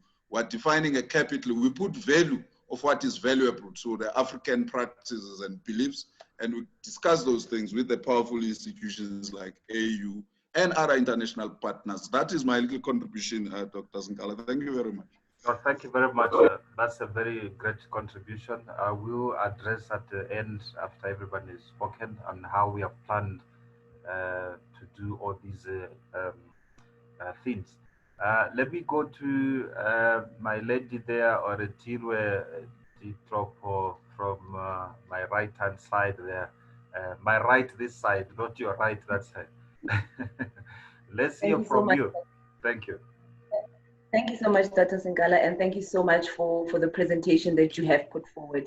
I am personally very excited to be part of this team. I am looking forward, because when I hear the presentation, I'm finding out that the institution that we are trying to, or the institution that has been put together, which is African 55 states, it's a very big mandate that has been put forward. because each and every state within Africa has got its own governance. And what we are then coming to do is, in a way, questioning the manner in which things are being governed. And I see such a huge mandate, and I see such huge resistance that is going to be in front of us. So I'm very excited to know how and what role are we going to play, you understand, and the support that we are going to get moving forward.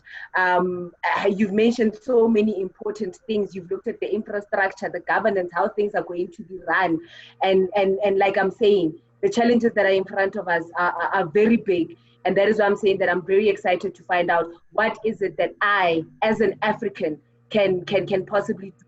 And Abud Bongani spoke about quite a few things to say that we need to go back to the archives of who we are as Africans. And yet at the same time, we need to understand how distorted these archives really are, because we need to find out what is the core and the origins of who the African is, because of most of who we are is very verbal, you understand, whereas we are now confronted with things that are called records, whereby you go into libraries, we are given the impression that the pre-colonial African doesn't really exist. We find ourselves defining ourselves post-colonial, and having to have access to those archives of who we really are as Africans.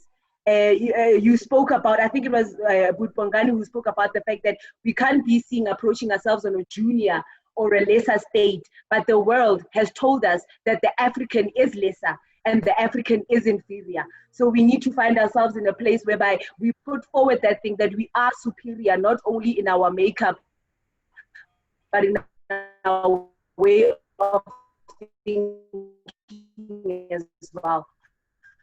So that's saying that I'm very excited to be ask that value to this team and to the Africa as a whole. Thank you.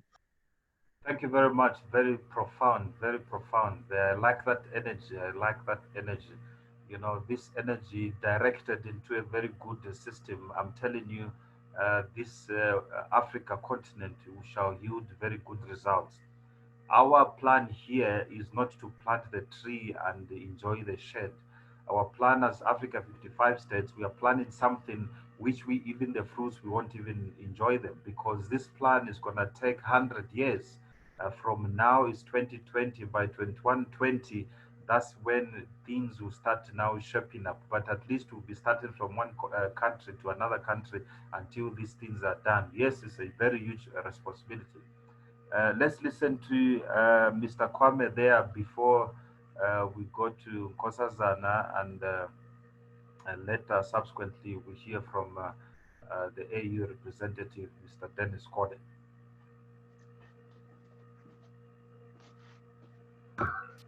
Sorry, let me first tell my people to reduce the noise here so that you will not get this feedback. I'm in the workshop, I'm at work.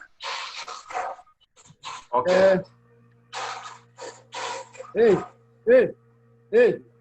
first stop the noise, eh? I'm in the meeting small. Thank you, Chair.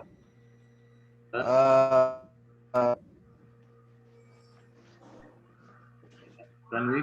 Mr. Dennis, my name is Kwame Gonza. Yeah. I'm actually from East Africa. I'm from Uganda, but I've been in Ghana. That is where I've been in Ghana for the last 8 years. That is where I came to learn about Pan-Africanism and the works of our great people and what they have done for us in the past. If I may add on what Mr. Bogan said on the issue of the grassroots, I think we need to also critically look at the African diaspora. Also,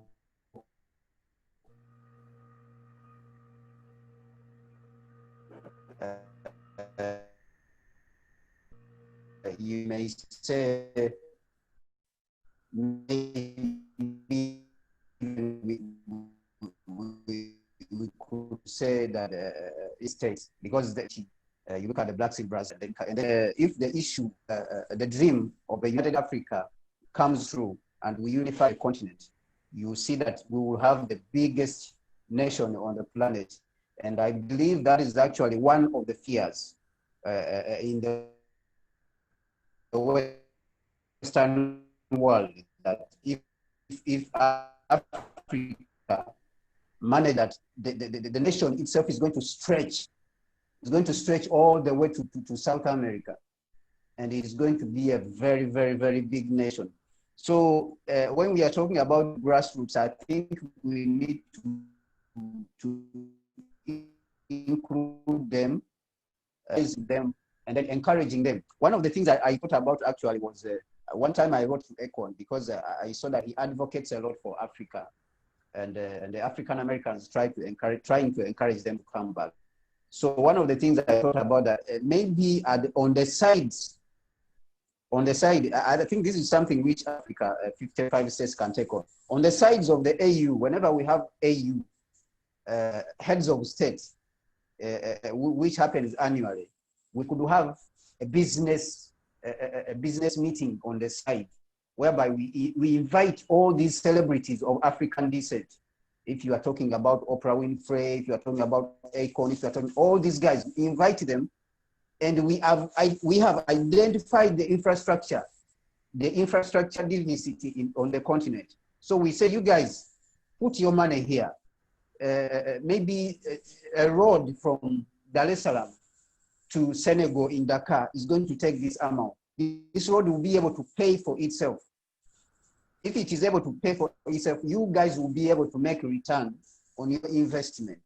And then when you recoup your money, then the road can come back to the African state, to Africa as a nation. So in this, we will know that it is our own people who are benefiting. It is not external people who are benefiting. And on top of that, we know that it is our people who are having Chinese building infrastructure all over. We know that we are using our own money. And if we are using our own money, the profits or the road tolls which are coming from this infrastructure are going to our own people, and our own people are getting this employment, and then we are boosting the African economy itself. So that is something which I thought about a long time ago, and actually I wrote to Econ, but as you know, when you are still smaller, you don't have a lot of leverages. You don't get a lot of reply. So that is something there. And then the other thing which Dr. Sinkala spoke about was the issue of not raising our head or being in confrontation with the existing organs. If you look at the existing organs, I think it is very good not like to be confrontation and say we want to destroy. But what I wonder is looking at the AU, for example, how it is being financed on a bigger scale with foreign money. I don't know how we would balance that with the idea that we have to be assertive and demand what belongs to us. Like if a contract, maybe we are giving a block of oil, supposed to get 30% of the block because the resource belongs to us. It belongs to the people. So you as a company, you can't come here and say we should get 30%. It is you who should take 30%. I remember there is a story of a gentleman who's called Enrico Mate. I think it's called Enrico Mate, who built Eni, which is the, I don't know, which company is that? Yeah, it's the current Eni today. I don't know. Eni, the oil company. I think I had a rumor that one of the reasons he was killed, it was because there was these big companies, Chevron, Shell, they were the big sisters.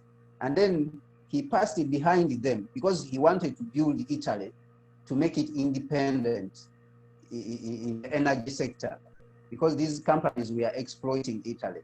So what he did is that he went behind and he signed the contracts with Nigeria, countries like Egypt.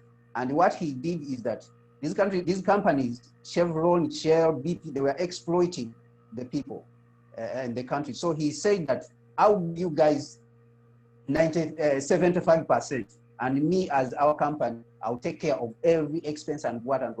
You guys should have 75, me, I'll take 25. So he built Eni as a company on that philosophy, to the extent that he was able to have the company emerge and break Italy from the dependence on the energy of foreign companies and these big sisters, these six, I think the six, they call them the big six sisters, something like that. And some say it is what led to his killing as he was coming from Russia. They sort of found a way of eliminating him because of his strategies to benefit some of the poor societies in the world. So I don't know how we are going to counter that we assert ourselves and say, this is what we want, but at the same time, we are getting aid from these people, and at the same time, we want to destroy the organizations. So how to balance ourselves in that area? Maybe we can find a way of approaching it. The other thing which I wanted to to say, to talk about, which is my last, is the issue of history. I think one of the reasons why the Chinese have been able to develop, they don't let people try to shut them up, which is not the case in Africa. That the Chinese, they say that they refer to their history very much, very much. So whenever someone is trying to criticize them, like their government system, they will always say, a Chinese man will say that he doesn't want you to simplify. I don't want you to oversimplify these things. China is a civilization, is a continuing civilization. We has been there for the last 3,000 years. And the Western civilization has just been there for the last 500 years. So there's a big difference. So they will tell you that they have an established culture. So their governance comes from their culture. So you cannot come and oversimplify. It's a more sophisticated culture. And now if you bring us back to Africa,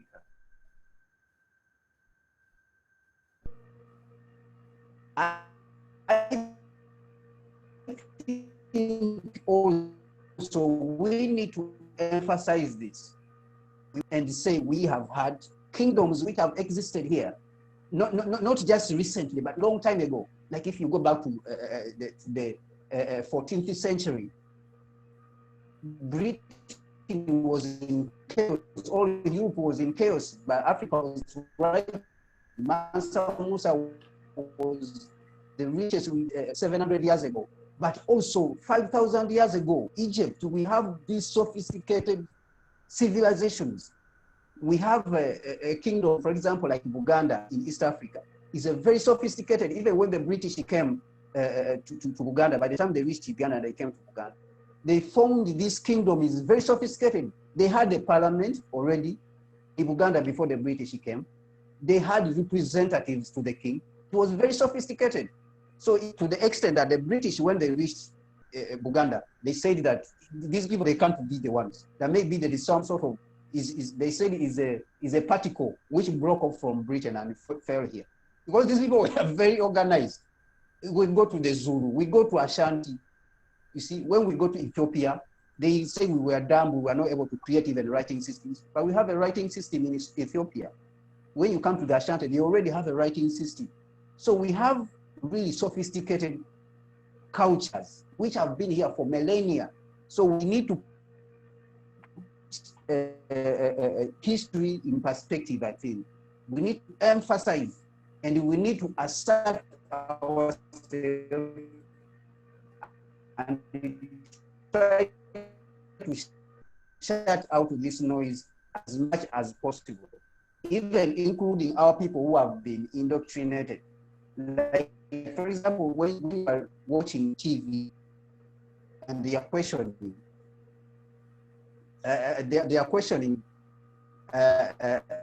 maybe someone who's a panelist, you can see how these people who have been indoctrinated by a foreign way of thinking, how dogmatic they are in the way they put on our culture is very self on us. It becomes disheartening. So that is one thing which I wanted us to emphasize. And then if you look at history, how we have gained, there's something which I always like to emphasize, how we have gained independence from slavery when the Europeans came here, and the Arabs and slavery started, how we gained independence, it was actually agitation. But this agitation came with our people realizing that at some point there was chaos. There was chaos if you look at the first, what I call the first emancipation, which started in the 18th century, which started with Haiti. You can see that there was a weakness which the slaves in Haiti saw, realized that that time, which was sort of like the elite, and it came to organize its people.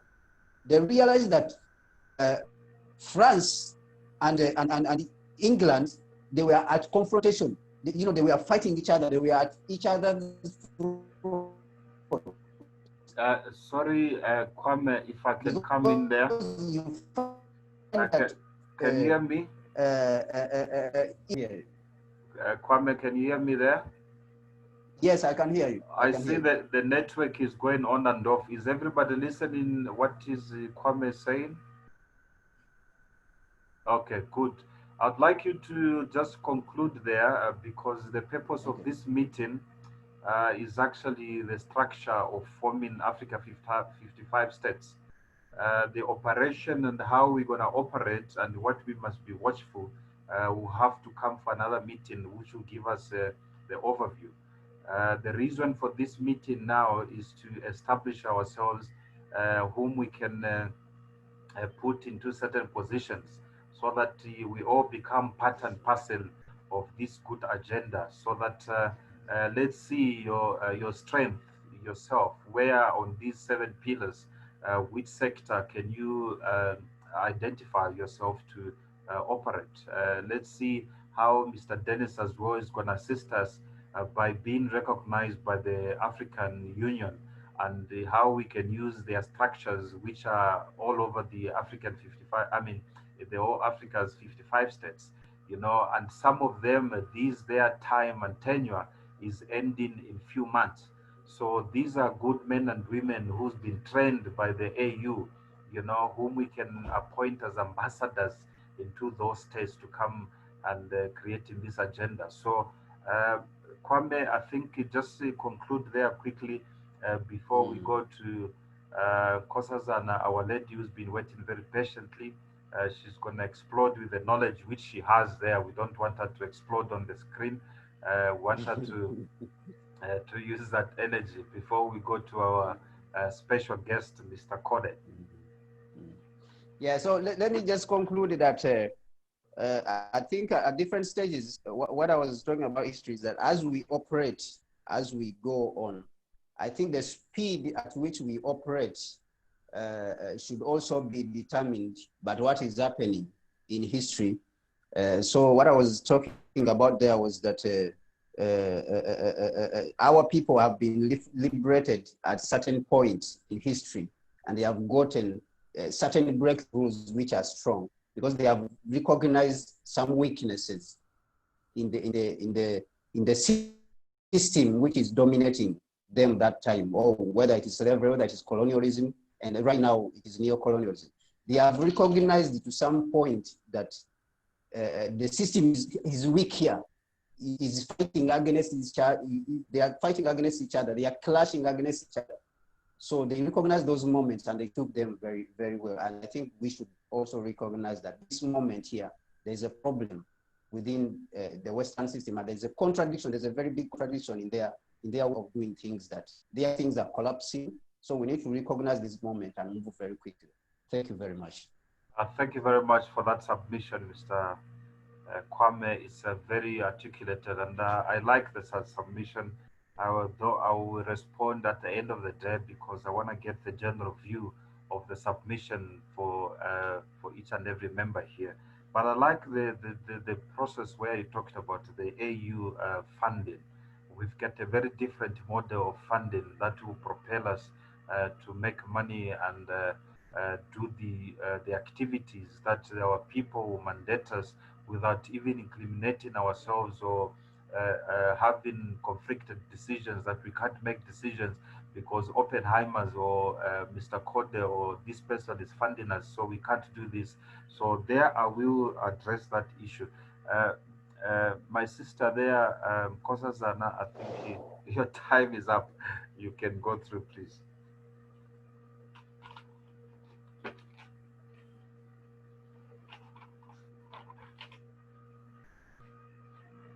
Are you there? Are you connected? Thank you, You. Dr. Sinkala. Colleagues, once again, yes, can you all hear me, colleagues? Are you all able to hear me? Am I loud enough? Yes, Okay, yes, yes, thanks. yes. Thank you. No, colleagues, I'm actually quite excited, and I'm very looking forward to get my hands dirty and to work and to to get involved and to work as part of a collective.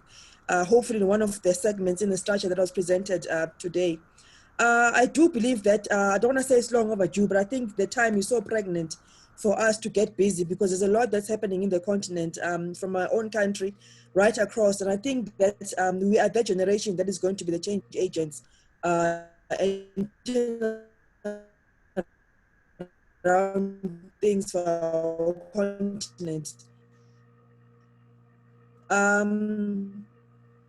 Uh, are critical for Africa right now. Number one is industrialization. I believe for Africa to grow, it has to start to industrialize within itself, as opposed to importing foreign skills to build capacity in manufacturing, in mining, in agriculture, in all the different sectors of our different economies. And for that to happen, we definitely need to build our own internal African skills. I was saying to a friend not so long ago, I was looking at the guy from Zoom, I just forgot what his name is, who's just made over $3 billion US dollars in 3 months just by implementing this software that we're using even for this meeting today. And I was saying, when is it that we're going to have an African coming up with such simple coding, such simple apps?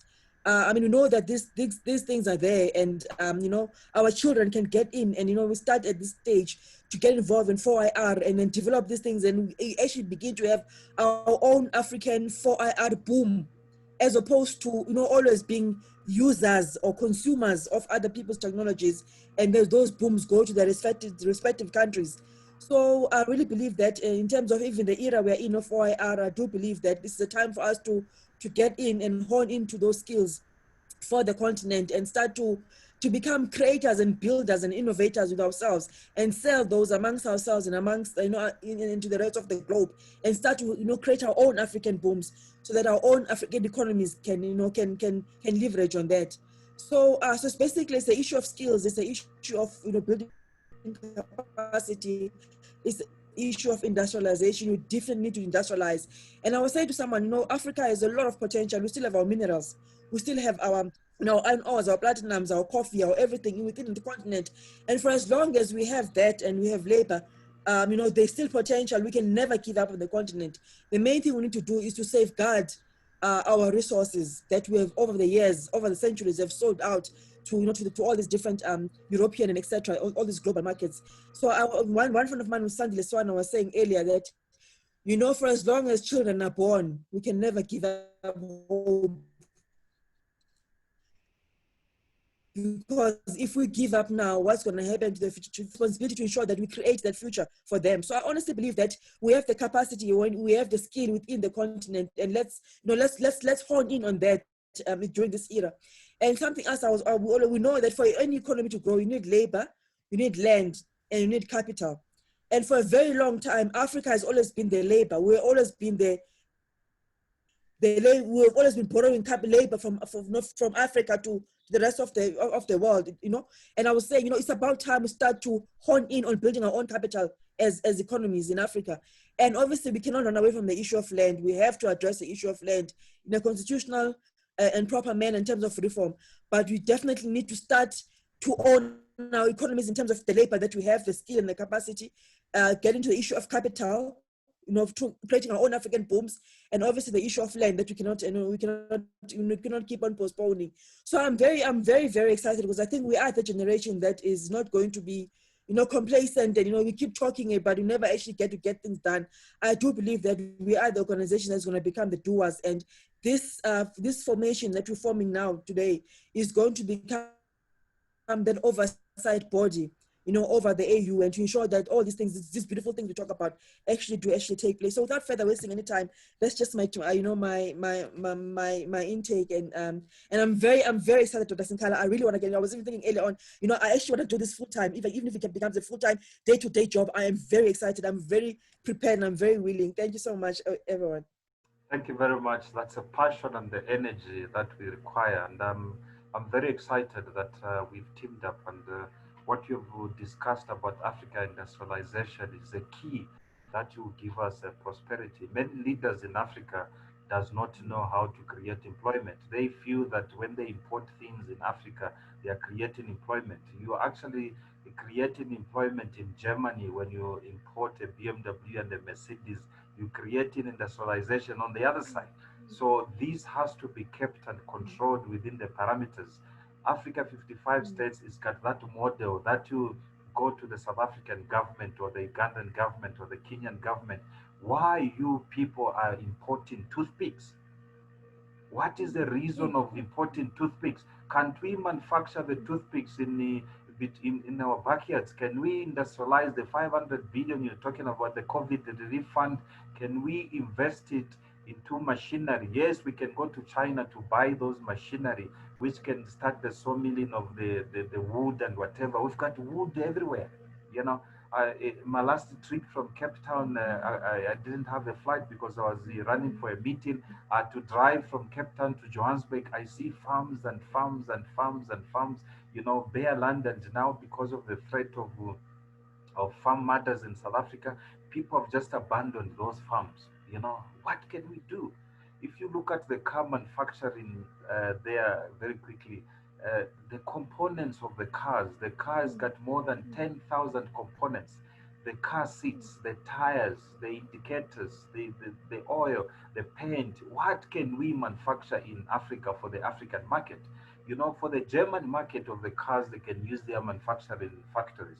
But for the market for Africa, we want things to be manufactured in Africa. We'll sit down with the Zimbabwean government, we'll sit down with the South African government, nicely and peacefully said, can you justify importing this bumper, the plastic bumper, which we can create a model here in South Africa, and we have people in Roslyn there in Pretoria that can start making it and create employment for them. That's the only way we can do it. And I'm very happy that we are on the same book. But I think at this point in time, let's invite our special guest from the AU to give us now the general overview and to endorse us that this is definitely the idea. It's an idea that Africa has been waiting for, that it creates a web. A web is a link which every African countries, they are attached to each other. When we say no to the London Metal Exchange, that we are not selling copper at $2, the whole rest of the continent must agree that we're not going to sell $2 because we spend so much to produce the copper. We will no longer have the London Metal Exchange where they determine the prices. All the minerals and the things that combine the GDP of Africa will determine the relationship with the international through the American dollar, and we'll see who is stronger. Thank you very much. I think, Mr. Dennis, is your opportunity. Yeah. Colleagues, thank you very much. I think this is a very, very important engagement forum for us to discuss about Africa 55 states and where we want to go. First of all, I take this opportunity to thank the President, my friend Sinkala, for this initiative. Ideas come with one person, but now it depends on those who come on board to drive it forward. And I will start by saying that United Africa is our ultimate dream. And I don't know how many of you read the late Gaddafi's Green Book. It is a small book like this, but it was very powerful in contents. And it's unfortunate that Gaddafi perished without realizing this dream and also, putting in place certain ideas that he had. But I want to start by saying this: if you go to developed countries, and many of you who have been to different countries, when I go to Europe, I like traveling by road, and I travel from for instance, Holland to Germany, from Germany to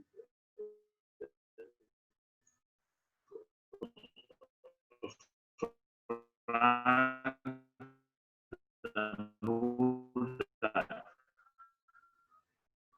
And then when I'm also in Africa, then when I'm in Ethiopia, I do the same. When I'm in Nigeria, I do the same. The question I ask myself, what is the parity? What are the issues? Why are those countries so developed? And why are we looking as if we don't even know what we want to achieve, what we want to do in our lives? And why that gap? And again, many of you who have traveled, there's nothing new that these developed countries have done. If you look at them, you associate with them.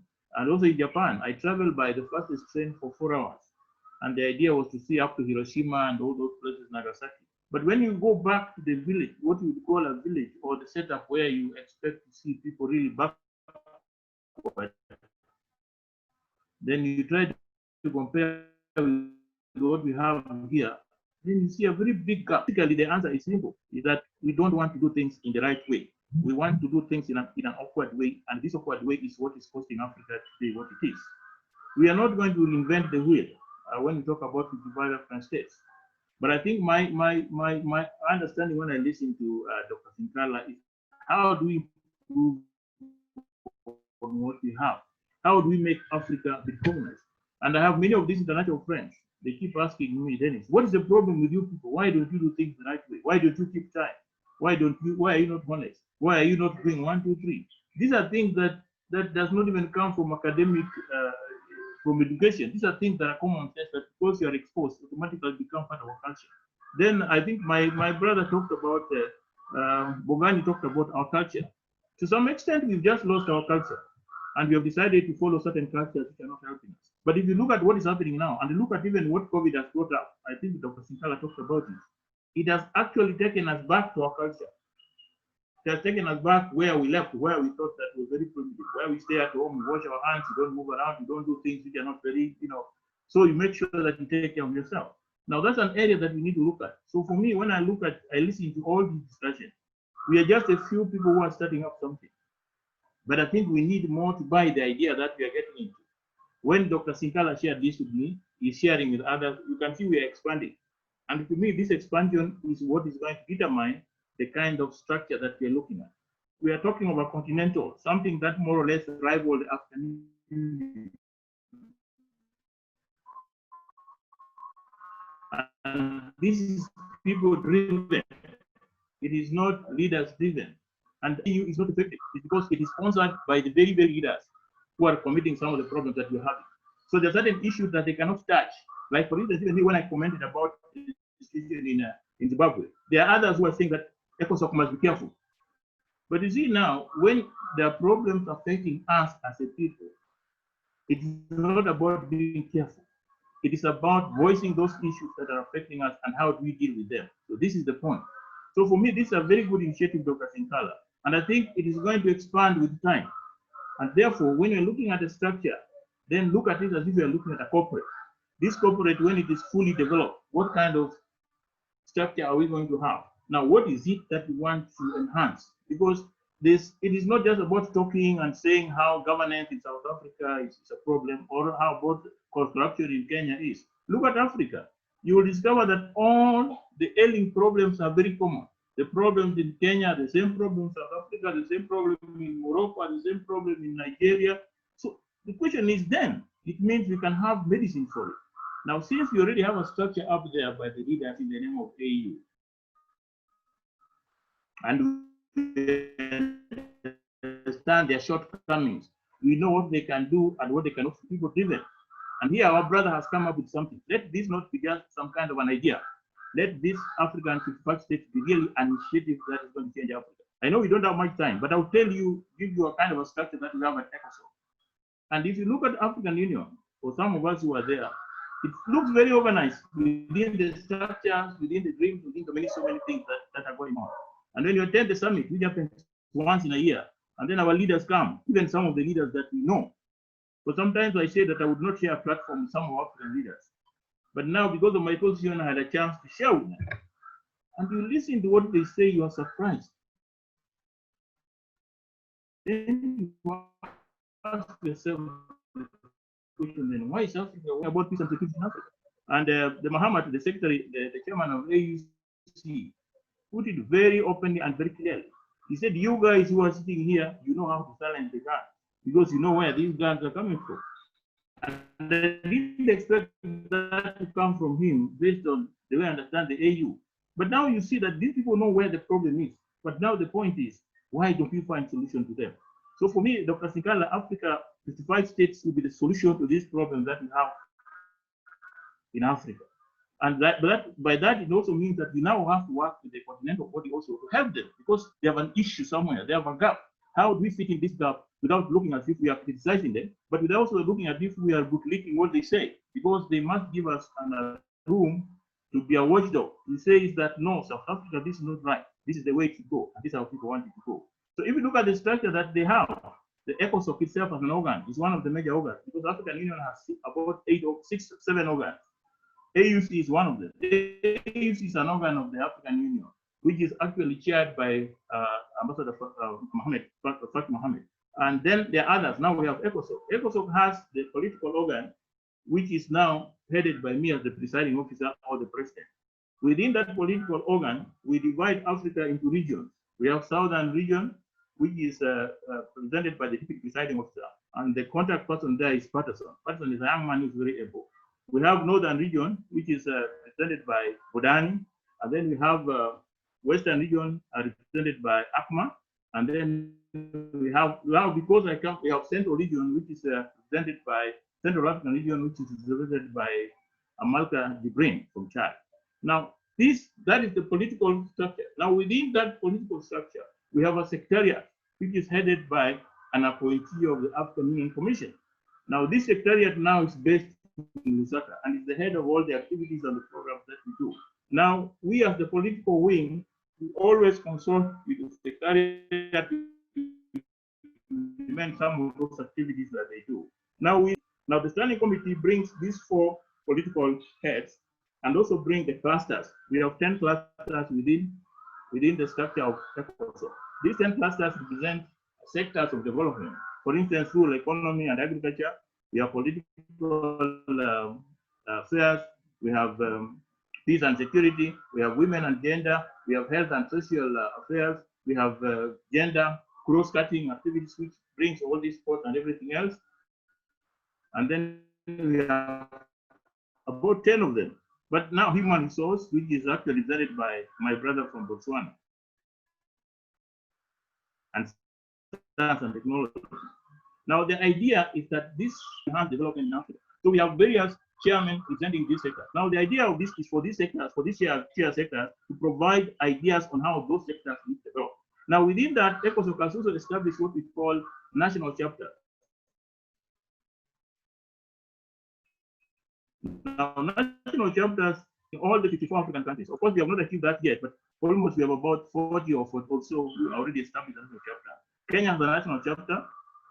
South Africa, I think, doesn't have a national chapter yet, but we have countries. Zambia has a national chapter. And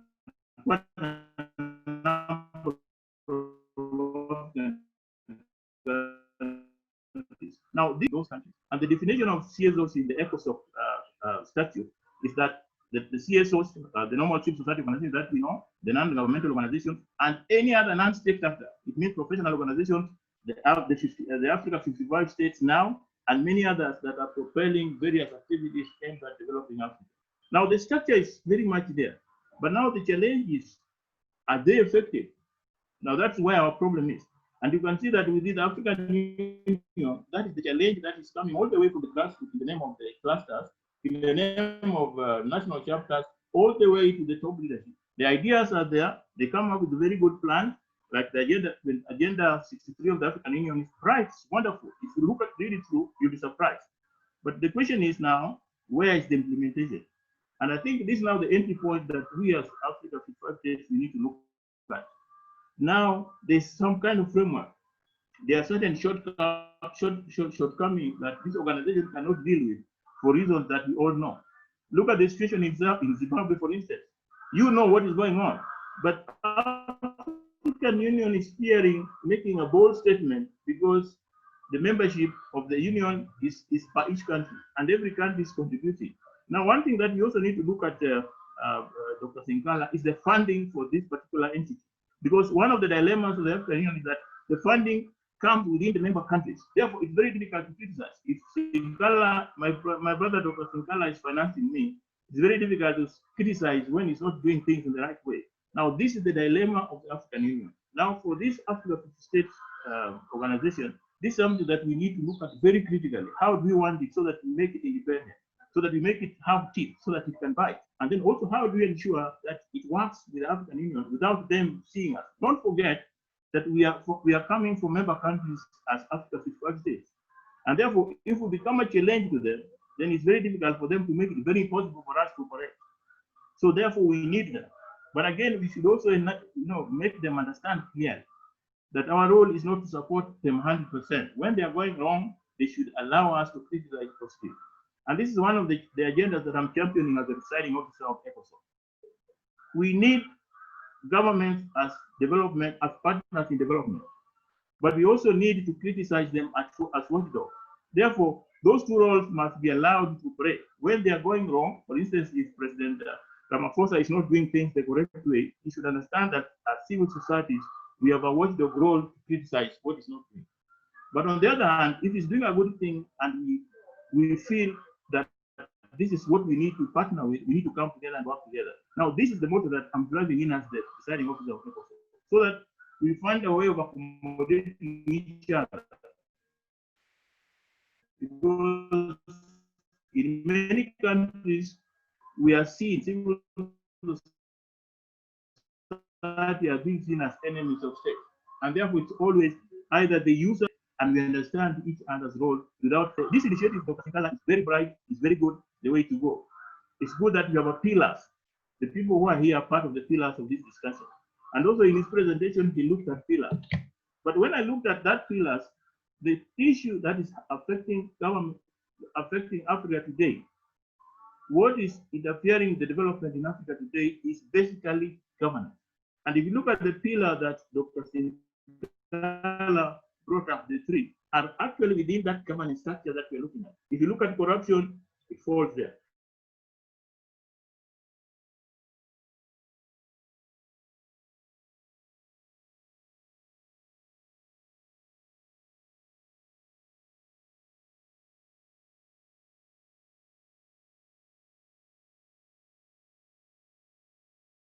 We must be very clear on our intervention points.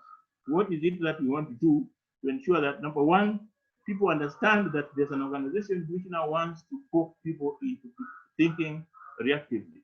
Number two, we don't just become, a kind of a theory-oriented institution, but we become more practical in our way of ensuring that things happen. For instance, I'm coming from Kenya, and if there were issues today and you issue a statement as the Africa 55 states strongly and say you're working together with the CSOs and state actors on this, the government will not take that lightly.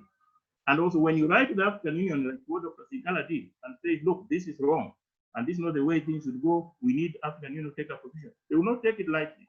So we need that kind of forum, that kind of council where we have teeth to bite, and we have good resources to ensure that things go on. We cannot be sitting and watching our brothers killing each other in Uganda, my brother Kwame and my neighbor, or from Tanzania, or from South Africa, or from Zambia. We must have a situation where there is an intervention point where we can now say, if this is the case, African Union cannot, and also work with African Union. And Dr. Sinkala, my idea is that as we continue to develop this, we need to request the African Union to recognize us, so that whenever they have their meetings, then they have one or a few of our representatives participating in that kind of discussion, so that we think together, we reason together, and we try to find solutions to some of these issues together. So to me, without taking much time, these are very, very important initiatives. And we must look at the structure in a very big way. How do you cover Africa all the way from Morocco to South, all the way from Senegal to Somalia, and all these other countries that are there? The structure that will make people recognize that there is Africa 55 states. The structure that will make us be felt in each and every member country, and know we are dealing with people, so that people begin to feel proud about what Africa 55 states is doing. So I think this was just the first meeting to discuss this, but I think we'll be having a lot of discussions for the way forward. How do you want to, give it? How do you want to present it in a way that people begin to appreciate, in a way that we also achieve the goals and the set out objectives of this particular initiative.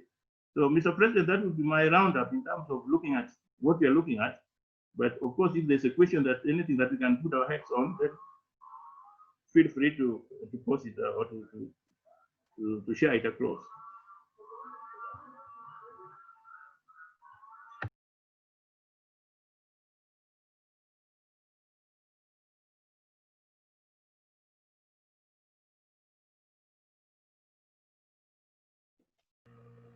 See, I like Kwame there. He's watching of what is happening.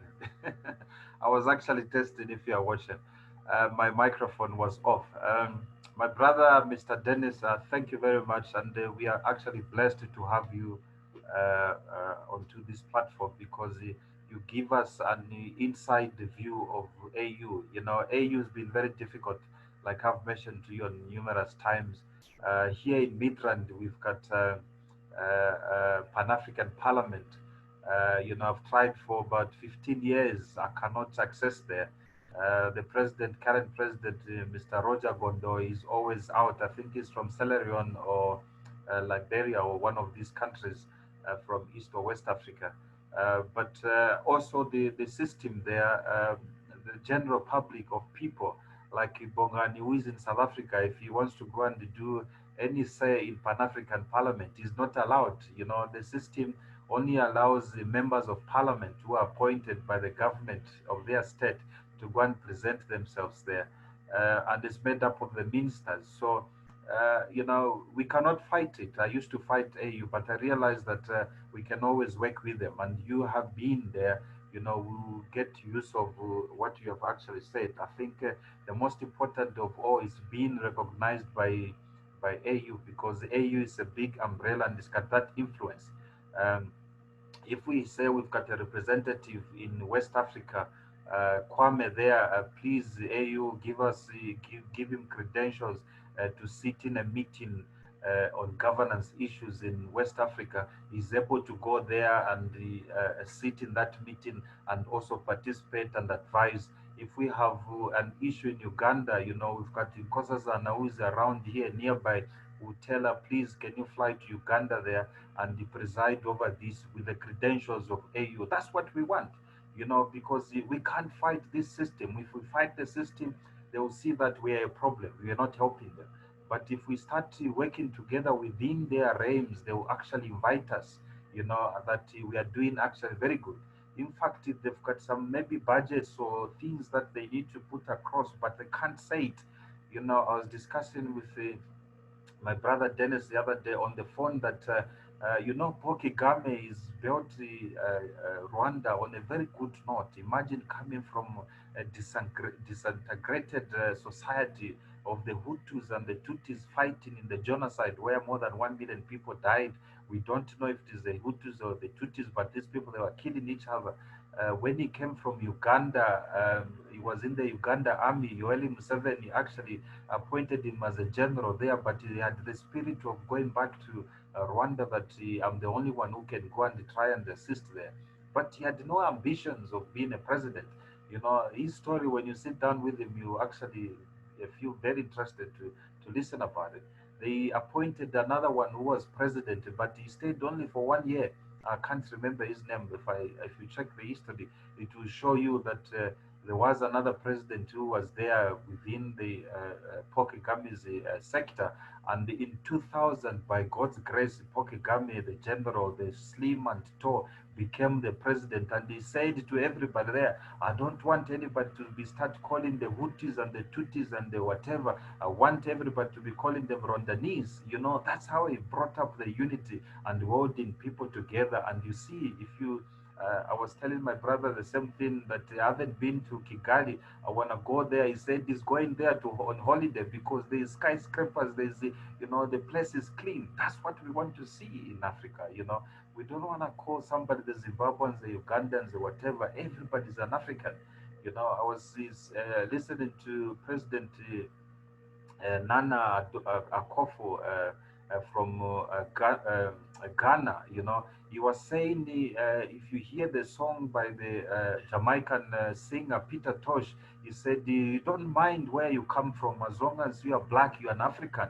So everybody, wherever they are, if you just see them by their color, we know that these are an Africans.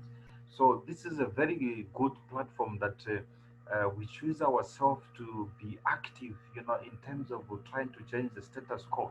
Because some of the things, like what Bogani mentioned, is a cultural thing. It is an inbuilt into our mindset. Our mindset has been damaged, because it was an idea of those colonizers that they damaged our mindset so that we don't see anything. And this is why we are fighting now. We fight in each other, and we continue blaming apartheid. We continue blaming colonialism. It's a tragedy that I heard from the finance minister of Zimbabwe last week. He mentioned that the colonizers, they did not teach us how to govern ourselves. How can you say that? You know, the colonizers actually came to devour us. You can't say we expected them to teach us. We supposed to teach ourselves. In fact, there is more black domination now than it was before with the white domination. Ourselves, because of the fake black power, I call it, it has actually controlled us and they manipulated us. You see, like it is in South Africa here, the most of the street names have been changed. They believe that if they change the street name from the white person to a black person, then that's the people in the street that will be liberated. That's the black power, which is a kind of problem. But in my conclusion, I'd like to talk about the financial model, and I will briefly talk about the structure on how, from amongst ourselves, we can take up some certain aspects of positions which we will start ceremoniously start operating one way or the other slowly as we will be start growing up bigger. These ways will be going. Even if I have to be religious about it, the religious people have said where two people or more are discussing something good, the word will be spread of the good news. At the end of the day, this will be an organization where if all of us here, we are not available in 100 years, there will still be people. That there was a number of people who sat in a meeting and without meeting each other. They met through the social media, they met through the internet, and they created the organization which not only fighted the AU, the organization of the continent, but it worked with the continent. And initially, it took over and it started, doing what the fight of the people. And this is the dream what we are trying to plan to do. The financial model, like what all of us has discussed, and what the Mr. Gondo, I mean Mr. Dennis Koda has said, it's a very fundamental problem. If you follow the paper trail of the money, is the one which has caused us to be where we are at this stage. Most of these organizations like the SADC, they even reward the countries by appointing them. Like now, we've been talking about Zimbabwe. The chairperson for policy and security is President Emerson Mnangagwa on a SADC level. you know, so really, how is it gonna keep peace in the governance of Zimbabwe? Even us, when we are at this level of African 55 states, we can't be in government or become head of state. I cannot be. Like, I'm running for the president in Zimbabwe next year.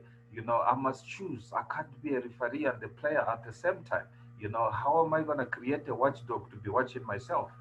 So these are issues that the Africa 55 states will say, no, we'll have to deal with this. So we must choose what we want to be. So in terms of the financial model, um, we have suggested, amongst the other people whom we have consulted regarding the formation, we'll work on the contribution from the people, individual people. Our target is to run to 1 million Africans, wherever they are. I heard Kwame talked about Econ, who is doing something very good in Africa. These are the members who will be saying, for instance, they donate $50 a year.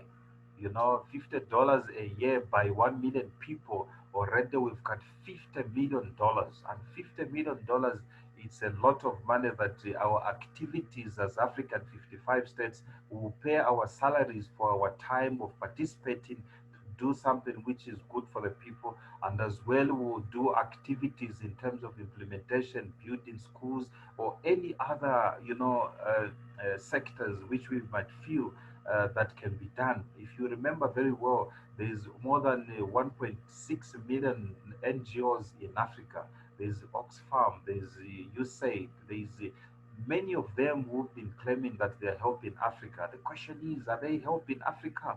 Where can you point that the Oxfam has built a school? Nothing, you can't point. But these organizations, they go to the world and say, they take photos with a child with a fly on the face there. They take photos and they show the world in Switzerland to say, look, these are the African poor people. We are helping them. Please donate. And they take those videos to them and they donate millions and millions and millions and millions of dollars. And when they come here, they just buy food parcels and they buy these second-hand clothes, and that's it. So they use Africa as a pawn to solicit money. But this will be our division of trying to make sure that we question these. We go to these countries. We go to Democratic Republic of Congo. You've got these international NGOs. You've got Oxfam. You've got United Nations for Refugees. What are they doing? Are they taking refugees out, or are they? Can you just give us a reason? We sit them in Parliament, and they have to give us a reason why they should have them. If they don't give us a reason, we'll tell them as an organization, we recommend that you suspend their license. They should come out of this. Same with South Africa. When we come here in South Africa, we'll have to go to these committees, because us will be in action. We'll be appointing ambassadors in each and every country to act on certain sectors, either on education, finance, or community, or culture, or anything. We will be working on the ground. So this is the model. Many organizations now, like the Black Business Council here in South Africa, they've got that membership of about 800 rand, which works out to $50 uh, uh, in terms of the currency, if we are talking about the whole continent. I think a minimum payment, even if we can reduce it to $20, if we have 2 million people, that will be enough money, and we will know that this is the money for the people, who are contributing annually. Then you will have those activities. And I think if that model of the money is taken off from being financed by institutions which are trying to devour Africa, will compromise. Institutions like Glencore. Glencore has been in Africa taking minerals and resources, and they actually finance political parties. They put political parties in government. Hence, I did have a discussion on the group just recently. Somebody asked me, said, why is the multipartism system being brought? I did attend to it that the initial 1957 formation of Organization of African Union, they did believe that we shouldn't have multipartism system. We should have only one-party states, because immediately you brought multipartism into the system, it dilutes the values and the framework of building one Africa, because you can't have 100 political parties. Imagine in South Africa, there's almost 100. On average, there's 7,000 political parties in Africa. It is just a confusion. But if we can scale down to political parties and the democratic system dynamics, that can work for us, and I think we can be moving forward. So that's the financial model, and many people are fed up in Africa. They need an organization which can deliver. They need an organization which can intervene. And as we do not sign any memorandum of working with the member states, and we've got no interest with them. Our interest is the people. So through the AU and United Nations, eventually will recognize us. We are able to go to the countries, not intervening and making chaos and problems there. No, we fear for our life. Our most important thing is the message which we are taking to those countries. Our envoys which we are taking to those countries, and the mandate which we have from the people is what we want to go. We'll go to countries and identify and ask them questions. Where are all your citizens? You say you've got 60 million people. Can we do an audit? Where are these 60 million people? Where are they staying? What are they doing? Where is the education system? The health system, is it working? The employment, how many are working? So the whole structure will be into that type of moving, of addressing the issues of Africa and how Africa should behave. But we should have standards. If we have a Minister of Education in Uganda, we're supposed to have a Minister of Education in Nigeria and Congo doing the same thing, at least the basic things. So I'm very happy and concerned very well, and I take your contribution very seriously. And I feel and believe that always I've never been alone, or a few people whom we have accompanied with. And I think with the help of the expertise which we have from different sectors here, I think we can find ourselves into some structures. You know, I did feel that maybe my brother, Mr. Dennis Kode, there we will have to maybe think of you as a chairperson, of this organization, so that you deal into that level of trying to guide the organization on how, into the formation, and they take up a position of looking after the East African part and the northern part of Africa at this stage as we are forming up yourself, because we want to attach you here, not like what you're saying, us rhetorically just talking. We need to attach ourselves to certain framework of the organization so that we start building up this. Um, then Mr. Kwame there as well, because we are on the West African part of the Africa there. You take up that position as well in terms of coordinating and trying to move, and as well as having a regional organization like ECOWAS, or ECOWAS is on the eastern part, but there's a western part of Africa there, and the northern part, and start coordinating and trying to recruit some people there. So I think then we have Mr. Oratile there, who mentioned very well about communication, because we need communication. If you look at the structure which I presented there, we can see as well where we can see, fit as our strength, within our environment without even moving too far. I think Mr. Olatirwe, Ms. Olatirwe there, Madam there, if you take up the role of communication, communication is very important. Many of things by leaders have failed to implement issues because of lack of communication. I've talked now and then. Our speeches, they are very difficult. If you talk about speeches of many people who meant very good, they're talking about the economical stimulus package. It does not make sense to an ordinary person, because our illiteracy levels in Africa in terms of English and language and the mathematical is not very good. So communication, you must communicate to somebody, be on that level of that person for them to understand and carry out the instructions. You can't just be talking about neocolonialism, neoliberalism, and Marxist, and all these jargons of political rhetoric. It confuses us. It really confuses us. Even ourselves, when we're talking about it, we don't know. When I attended the inauguration ceremony, invited my friend who was ambassador to South Africa, Mr. Moyo, to President Emerson Mnangagwa. I was very happy the way he was talking. It's like he was talking in tongues. We want a Zimbabwe which will be free. We want this. We want this. Zimbabwe for the Zimbabweans. And we've been consumed in the chain of Robert Mugabe, but we are liberated. A beautiful Zimbabwe. Then he put the national flag around his neck. We had very high hopes. But look what has happened. It's a disgrace, because the speeches that we read, the communication is not very good. So my sister there, the communication of these African 55 states, we propose that, within your comfort zone, can you start growing up and take up this communication? We already have the Black Book of Africa 55 states. So you do not need to worry or have a degree or degrees to do the communication, but we'll simplify it for you to attend to that sector of our organization.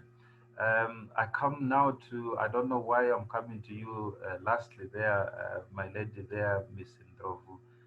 Nkosazana there, I don't know what you feel, because you have seen as well, you're very influential in disseminating information and the ideology.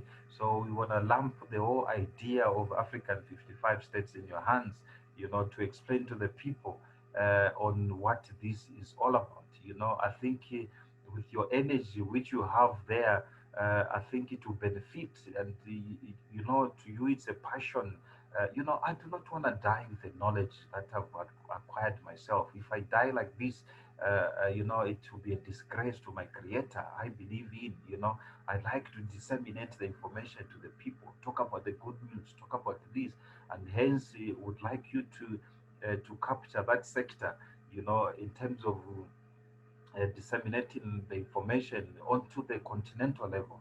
Remember, we're not working onto the regional or national level. We are now onto the continental level because we believe that Africa, the way Africa will be free is by all individual countries to be free. The whole agenda as the Organization of African Union, I will populate the charter there. You read, you will see the spirit that we must continue this baton from these people and they continue doing what they prophesied that Africa should be. You know, what is happening in Zimbabwe, it affects South Africa economically. You know, I've mentioned that even if South African budget is $2 trillion a month, but because of what is happening in South Africa, they have to double up that budget, you know, for them to accommodate everybody. Otherwise, the food for the South Africans, it won't be enough, you know, to be eaten. So this is what works. So we'll be helping the governments. And in fact, one of the structures which we have, I have to mention, ladies and gentlemen, we've got a structure where Professor Lumumba is. It's called it's a committee for presidential advisory, where we'll pick up advisors, Mr. Kode, one of us here, to preside onto that. If there's an issue in Zimbabwe, we go to meet the president there. You remember, presidents have got advisors. These advisors are paid, you know, and some of these advisors are depicted by those who are financing them. If you remember very well, those who've heard about the story in South Africa of the capture, state capture, how the Guptas, the people, the families, they started appointing ministers, advisors, and all those type of things because they want to front their agenda, you know. So Africa 55 states saw the gap there that even if the presidents of these nations have got advisors appointed on the government payroll, and some of them we know they are influenced by those who are giving them money to keep their agenda. Africa 55 states will have an advisory committee which will give these state presidents a second opinion, you know, onto what they're deciding. If they're deciding that they're going to shut down, lock down South Africa due to the pandemic, you know, the advisors tells them that you must cancel the liquor, you must cancel the cigarettes, you must tell people just to stay home. We've got an advisory as well, which is will have the second opinion, you know, which will give a neutral opinion from different, you know, will come and sit down with the president and say, no, this, please, can you review this? Can you review this?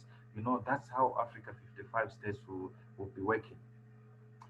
Then lastly, my brother Bongani there, you know, I see you are very much into industrialization of Africa. You know, how can we, you participate into this forum to pick the agenda that you lead this into the same sector of organization where we can have our African continent, you know, to choose what it can be produced from Africa or what we can import. And this inter-Africa or continental free trade area, does it work for us? You know, in terms of skills and abilities, can you somehow or see where you can feature within our system and structure, where you say, me, I'll participate onto this sector? You know, I know most of the time, you know, things, it becomes very difficult when you're doing something for free. And the Africa 55 states has already considered that, you know, we cannot use people for free because you are not be 100% there. Normally, organizations has failed because once you come to work here, you must run again to go and look for food for you to feed your family at the same time. So you choose whether you go to do your passion for Africa or you let your children suffer. Hence, we are saying the financial model has to take effect. You know, once we establish the website, we've got a PayPal account to disseminate the information to people who can even pay, who can even pay either monthly, 20 Rand a month. You know, there's PayPal and there's all sorts of avenues to pay so that we have this fund to make us organize and present. This is my contribution. Now end there. I think we can have 2 minutes or under a minute from each one of us just to contribute and tell us um, how they will answer us on what I've proposed. You know, they exchange the numbers. I think I've got all the numbers for everybody here. We will call another meeting. I think we have to move fast. Another meeting shall be called for next week. You know, just to, I think most of the things we have said, it needs to settle down, you know, and we don't rush into making other decisions. I think we are on good foot, not, but in under a minute or two, Mr. Bogan, then.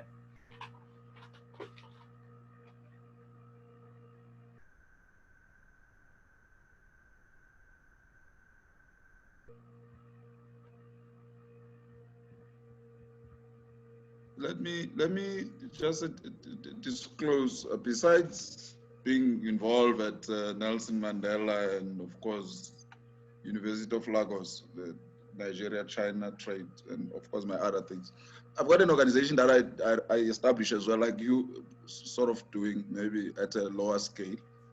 It's called Meeting13820. Is meant to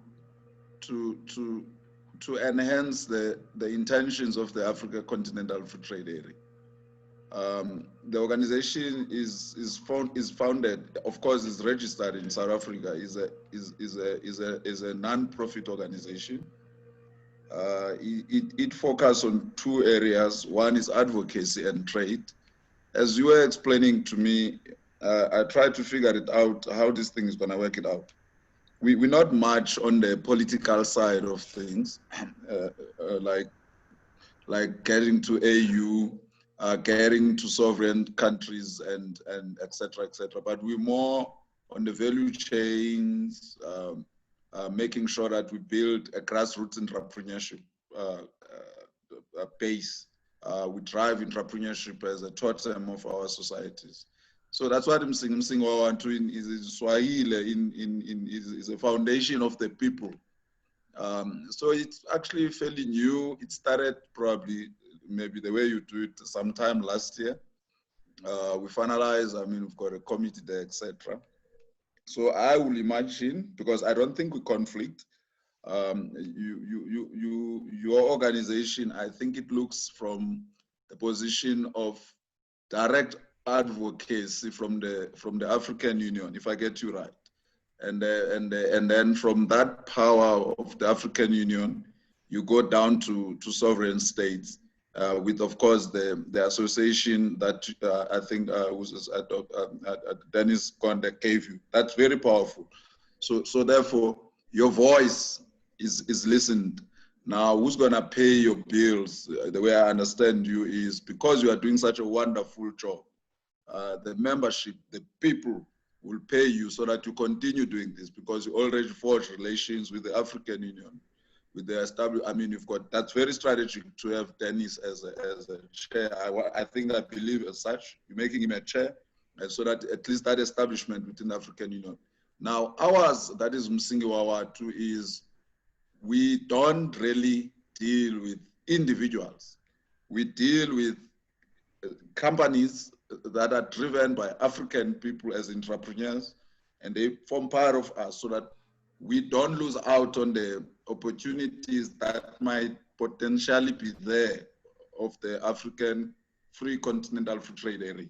So that's how it is. There, of course, will play the role of advocacy. Some of our people thought when I argue to them and say, we'll play the role of advocacy, they tend to think I'm talking advocacy of what you are doing, that is people's advocacy. I'm saying no, advocacy, that is business advocacy of the lot of entrepreneurs that were developing, so that they can be the Rupert, they can be the Oppenheimers, they can be the guy from the mining company that is paying elections, and they can be Dakota and so forth. That's what we want, so that they can be very effective within the African trade area. But however, all that, it falls within the umbrella of politics, because whatever we might say, we have no real power as far as we are not even ambitious about it. to intervene really at the policy level strongly. We intended to intervene at the policy level in areas like trade, finance, etc. So I wouldn't mind, therefore, we collaborate as such. We can refine it going forward, because what you guys are talking, in my understanding, it's a political advocacy that cuts across the society, and you want to establish your power base from the African Union. I fully agree with that. I don't think we have a capacity from the organization that we're working on. So yes, it will suit me fairly well to assist the organization around areas of, say, industrialization. I think that's the reason I am a fellow at University of Lagos, because of my appetite of research is in infrastructure. So the fellow that side, that is the Institute of Nigeria, China Development Studies. As Bongani, please assist us on the exploring the infrastructure in the continent. So it converged. I mean, I'm working on a paper now. I've brought in about 2 other professors to work with. We're developing, besides what I've just shared with you, but we're working on the Belt and the Road initiative of China, on how is it going to impact the African continent, the actors, the policy link-ups, and the interest in the African continent. This is a paper that we're working on. I will be making submissions anytime in September. So it converges. It doesn't frustrate me. So yes, I hear what you're saying. Payments. I mean, we've been around, so it's not a big deal. I don't normally sit on other people's payrolls. You know, I prefer to see the vision and we move. That's how I've been in my early ages. I'm an entrepreneur, by the way. So these are the things that are of necessity. It's a must to do. So I have no problem to share my thoughts, to share my skills, like I do with other institutions. I mean, with Nelson Mandela as well. We do the same. It's around infrastructure and it's industrialization. So they converge. They all mold. They feed on the same pot. So yes, they molding the very same wisdom going forward. I have no problem to assist your industrial or sort of whatever you call it within the African continent. That's what's supposed to happen in our time. Thank you very much, Dr. Sinkala. Thanks for considering me to sort of play a role and contribute to your organization. Thanks to understand which areas I should, because sometimes I lose out in politics. Yeah. Thank you very much. No, thank you very much, Bogandi. That is a very, very, very great input. You know, the beauty about Africa 55 states, you can belong to any organization. You know, actually, you even take some knowledge and techniques from Africa 55 states, because it will be the brain of moving whatever organization, whether it's education, economic, healthy, and everything, you know. That's the beauty about it. So you do not have to stop what you're doing, because what you're doing needs some techniques on how you're going to enhance the organization for you to achieve what you're doing. We talked about, for instance, how can we stop the importation of small things? Can we build up the value chain within South Africa, you know, for the South African people? You know, those are some of the things. How do we industrialize Africa? How do we create employment? So this is one of the sectors of Africa 55 states. You know, we must admit that politics is a system, it's a political system that governs the whole countries in the world. It has been created like that, and that we can't change. All we can change is how it does the business, you know, to cover for everybody, to give the opportunities. So as much as we look at it from the political point of view, there will be also a private sector. Um, if you heard from Mr. Dennis, what he talked about on ICOSAS, it has got those sectors of non-state actors, state actors, you know, professionals, faith-based organizations, which is religious, churches and everything, as well as we've got the youths, you know, we've got the sport, there's quite a lot of things we should be doing. You know, African sport has been taken by you know, the International Football Association. You know, we do not even benefit. You know, most of these footballers who are playing in the European soccer team, those of us who watch soccer, they are all Africans. Now, if you see that they are saying that France won the World Cup, when you see Mbappe there, he's from Mali. You know, he's from West Africa, he's from East Africa. Those are Africans whom we have unwittingly exported outside Africa. And we are left with the dandaes, whom I call the citizens who are confused fools. These are the ones, so we only take the crumbs. So how do we protect ourselves by getting the best of the best? If you see America, America has been made up of all the citizens of the world. There's Zambians there, there's South Africans there, there's Kenyans there, there's Mexicans there, there's everybody. Anybody who does a good thing, who develops a nuclear weapon, who sings nicely, who boxes nicely, who becomes a world champion, will become an American. But us in Africa, we are fighting, we are saying this one is a foreigner, this one is this. To them, they look at beyond of that. They look at skills, they look at how can we develop. So Africa will reach at the stage that we start through our organization to start looking at those. How do we leave our human capital here as well as the mineral capital? Why do we produce a doctor and only to be sent to overseas? Yes, we understand the salaries are different. In overseas they are paid $10,000. Here we pay them $1,000. But how can we create a conducive environment from our people not leaving? Thank you very much for that contribution from there, Brother Bongani.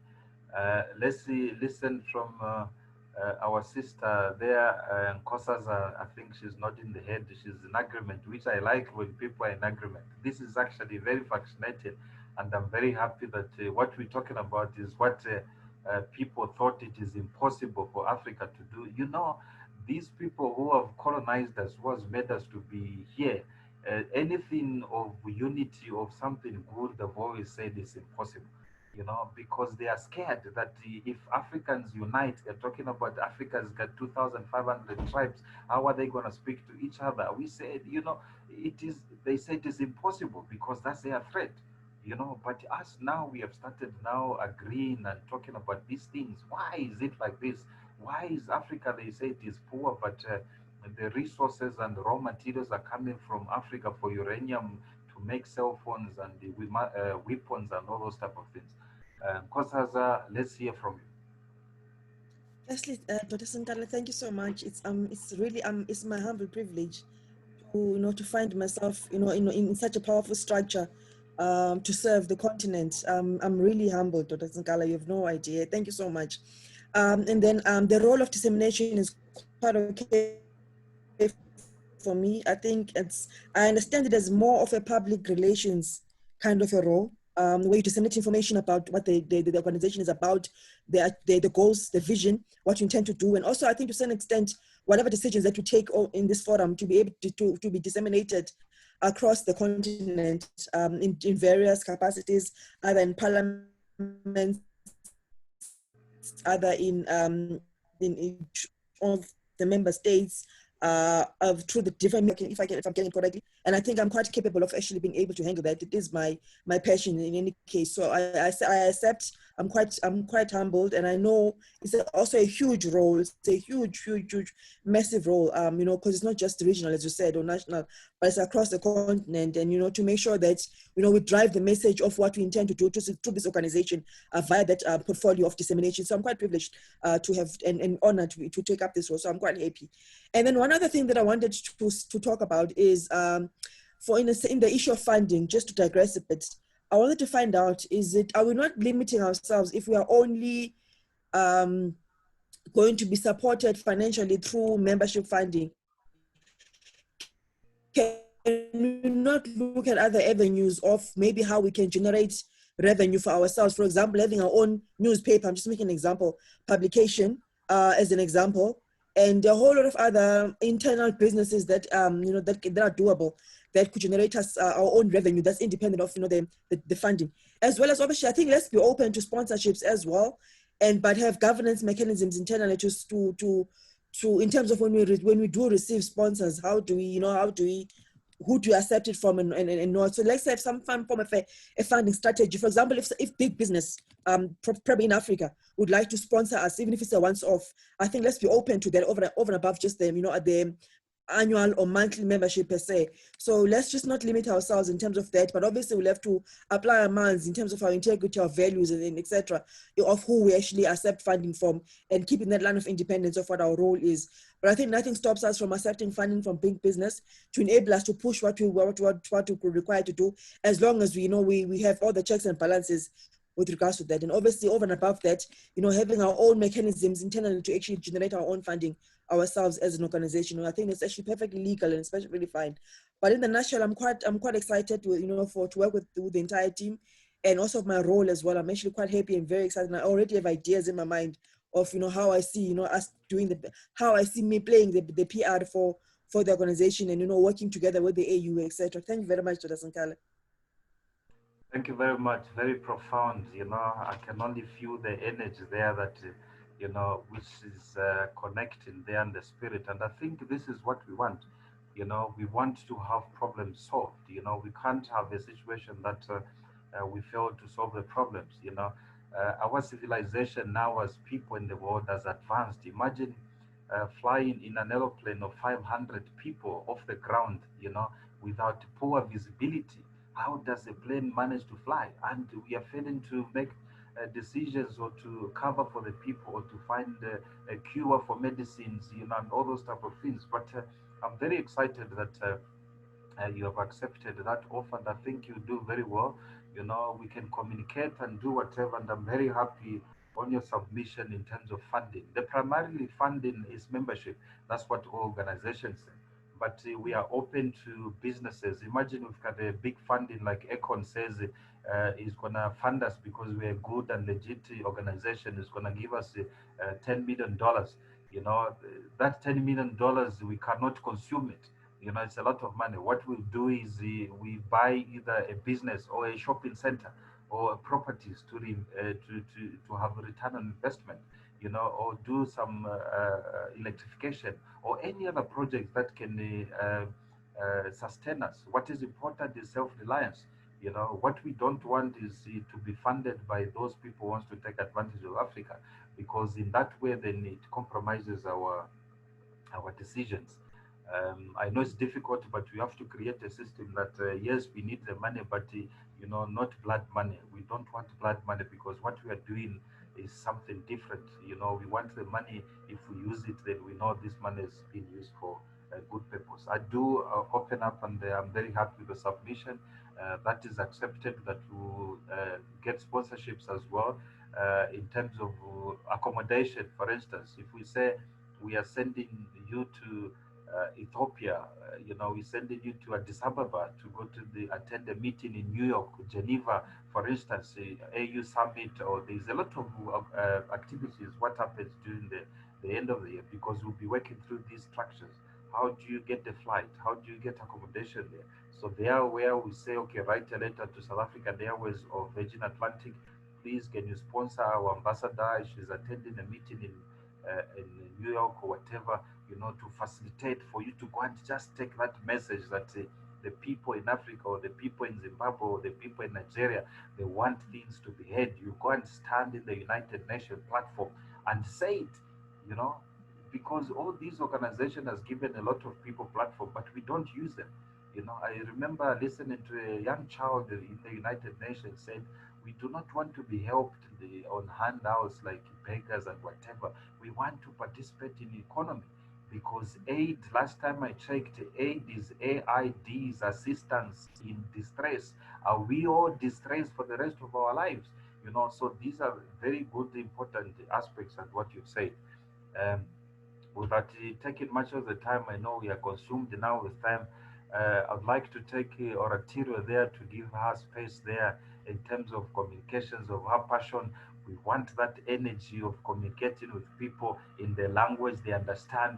We do not want to say I'm flabbergasted. We must say I'm surprised. All those big English of the dictionary. We say no. Here we want to talk basics. Our main essence and knowledge is to take the message to somebody. Oratire, please. Thank you very much, Dr. Sinkala. And I think I'm just going to repeat what Nkosazana has said in the beginning of her comments, when she said she's highly privileged. And I am equally also highly privileged to be able to be put in this position, especially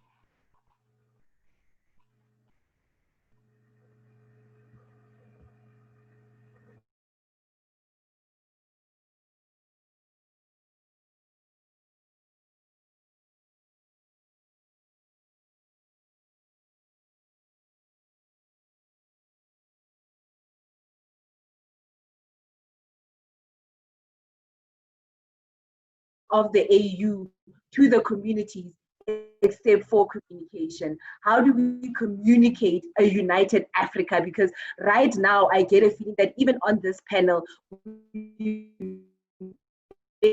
have an idea of what a united Africa is, but it is through communication. So this is quite a wonderful and beautiful role. And there's also one thing that you mentioned that I also find important that we touch on, the fact that here we are caught in this precipice of, I have passion to work for Africa. And like Nkosazana said, I would love to wake up every morning and dedicate my time to working for Africa. So I really do hope that the funding of Africa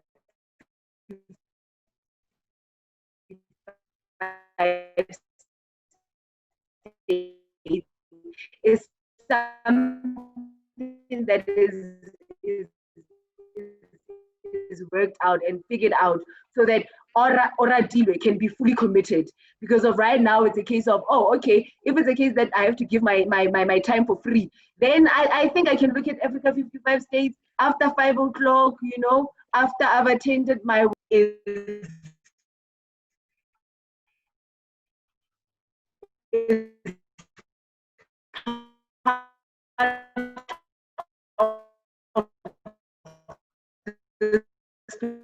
particular committee.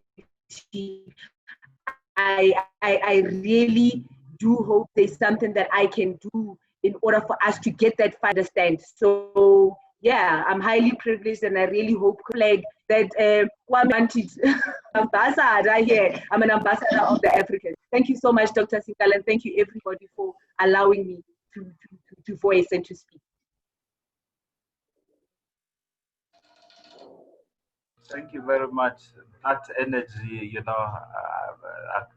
is just vibrating and reverberating at the same time. That's what we want. We want to channel that very good energy into working. And I think this is a platform that we all Africans wanted, that it started and taking shape, because we can't just stand our African brothers and sisters dying in the Mediterranean Sea, wants to go to Europe and America just to go and flip an hamburger, just to be called a foreigner there, because of their skin color. This is what we want to create Africa, that this is our home. I mean, God never put us into this continent where there's nothing. He did realize that where he's putting us here, there's something that we can benefit. Mr. Kwame Gonza, it's your time there, sir. Would like in a minute or two, of what we started here. I know you're also very passionate about this and excited. I've interacted with you on many occasions, and let's hear from your input there.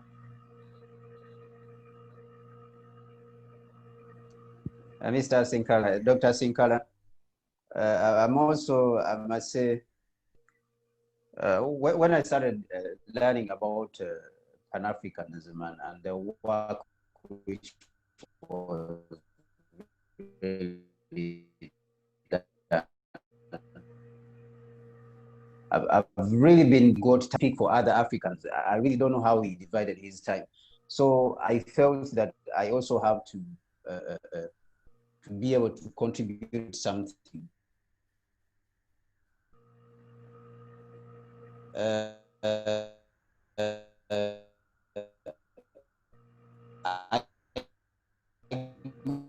got this flag. I've been thinking about getting 3-year Kenyan flag. I've been asking myself the question: why do our presidents don't have the? I constantly asking. I'm constantly asking myself that question. So I said I'll get myself a flag. But unfortunately, when you go to the street in Accra, you find all types of flags. You will not find the African Union flag. You find the American flag, British flag, what flag. So the gentleman, when I spoke to him, selling the flags, he decided to tell me that he will make it for me if I want it. So I got this flag actually recently around the 11th of July, and I said I need to have the flag. So I think things have just been falling in place. Some people they say it is fate. Sometimes people call it God is the one who has arranged things. So, and then that's how things went on. They have been spiraling. I've just been restless and sometimes writing about unsettled. So I feel like I'm really privileged. I feel like fate has pushed me to where I've wanted to be. And I like bringing people together. I don't necessarily want to be the one who is on the top, because my passion is just to see that other people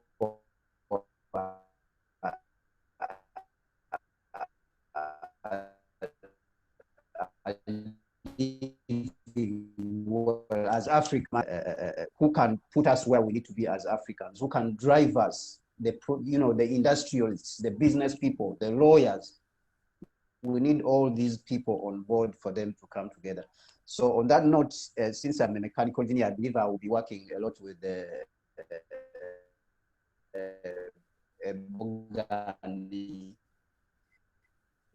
because infrastructure.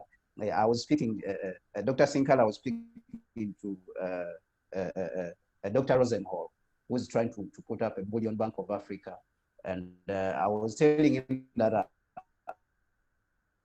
I need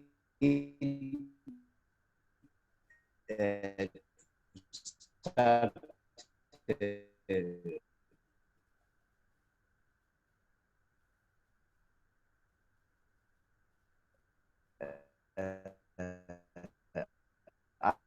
an electric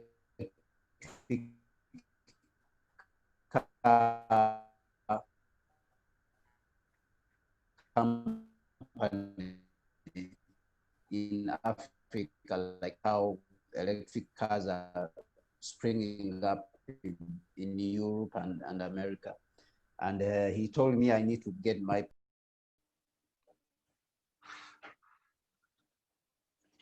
Thank you very much. Okay, thank you very much for that contribution, and well said there. I like your passion. I like your contribution. Look, you cannot contribute in any all the time in any other position on the top. You can contribute in anywhere by identifying good-minded people who would like to participate, because what we have now, if you listen at different platforms and groups, there are some people who are very negative and very argumentative.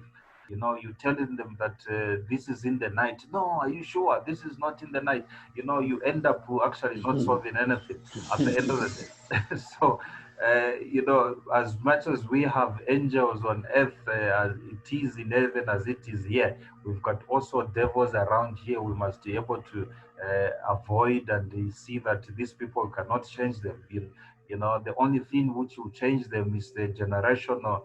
Every generation takes about 100 years. So once those people die with their mindset, which are damaged like that, the new generation is those people are coming with a new mindset, new ideas, especially the grassroots from education, because our systems, we're going to go even in the education system, in communities. We'll start teaching about these things. What they teach them in the communities does not produce leaders, does not produce people who look after our African continent. What they teach them is the 90% of trash, which they cannot be use them when they even grow up or finish matric or form 5. On that note, in closing, I would like to hear now from Mr. Dennis Kode, Chairman-elect of Africa 55 States. As he's serving his few months of his term as the president of Kosovo AU, we said we'll use this time and abuse this time to make sure that we are integrated and we form this organization, as this will be his main organization where he will be working for the rest of his life. Thank you, Mr. Dennis. Thank you very much, Mr. President. Thank you very much for the big title of being a chairman of the Continental. I've really appreciated that, and also thank you very much for involving me in this development. I also take this opportunity to thank my colleagues, my two sisters and the two gentlemen. What has impressed me more, I think I'm older than all of you. These are younger generation, and I think they're very excited in seeing Africa changing. This is very, very important. and also to support. He talked about the flag. I'm sorry you're not seeing any flag behind me, but this is, I'm not in the office. But normally when I'm in the office and we have this kind of discussion, you see the African flag, and you also see the ECOSOC symbol always behind me. But I'm at home, and that's why you can hear a lot of birds making a lot of noise as they try to interfere with our discussion. But also to support one point that my sister, because Zana, President, we need also to look at other ways of funding. As much as we are going to depend on membership, I think it's also going to be very important to look at other areas, sponsorship, and doing maybe publications to see how we can get funding. When I was initially talking, I did not talk about the partnership that we have various developed countries. I've been development partnership, which is TICAD, several years. I've been involved in China, Africa partnership, and I've also involved in other partnerships about Africa. There's a very big gap, and they're always looking at an entry point of where they can really, the people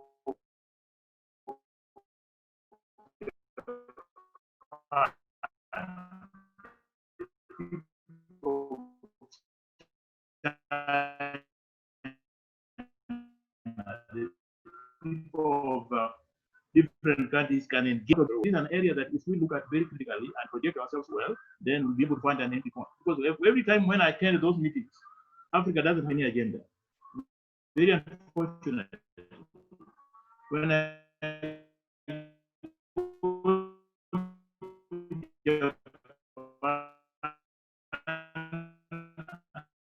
listen to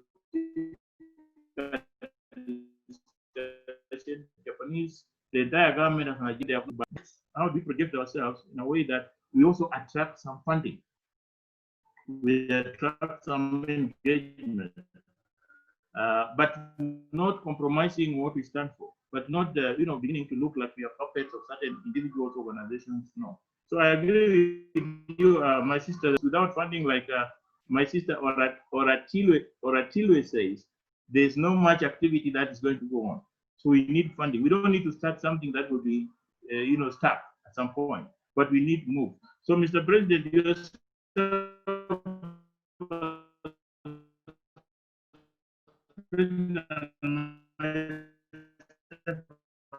we have a lot of activities. Now 6 and a few others, we need to expand to bring more other people on board. And people, Africa is quite huge, and people who can play different roles in ensuring that we achieve what we intend to do. Finally, I'm going to talk about communication because I'm a journalist by profession. And I agree with the two ladies that communication is not just not the way we see it. It's a lot for you to convince people. Like my friend Dr. Sinkala, when he creates a forum and people begin to be very energetic and very vibrant in exchanging.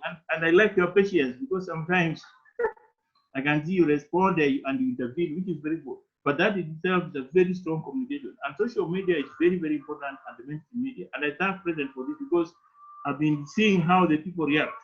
Some people are very emotional, some people are they bring those words, neo-colonizing, the words that are very difficult to pronounce, like President said.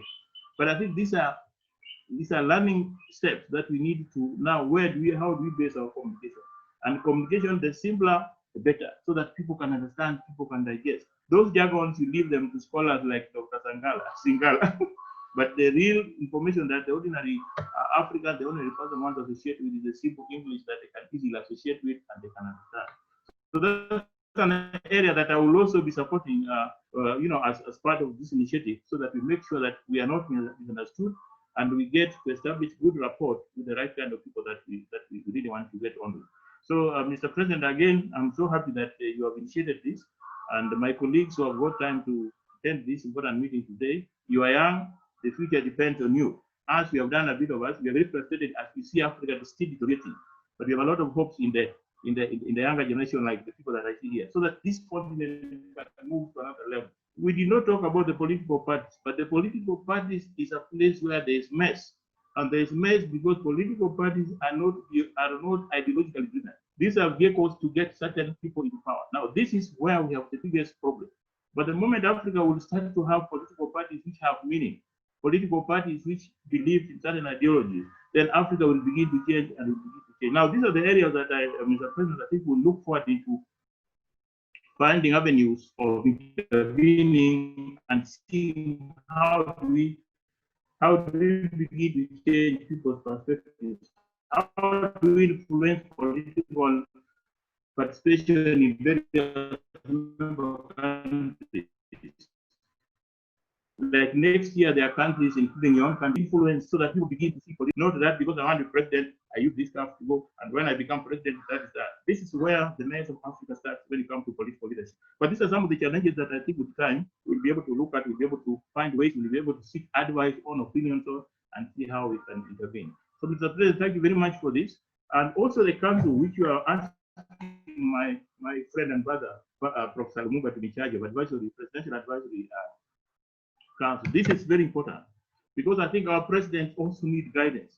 Our president needs to, they're just human beings like us.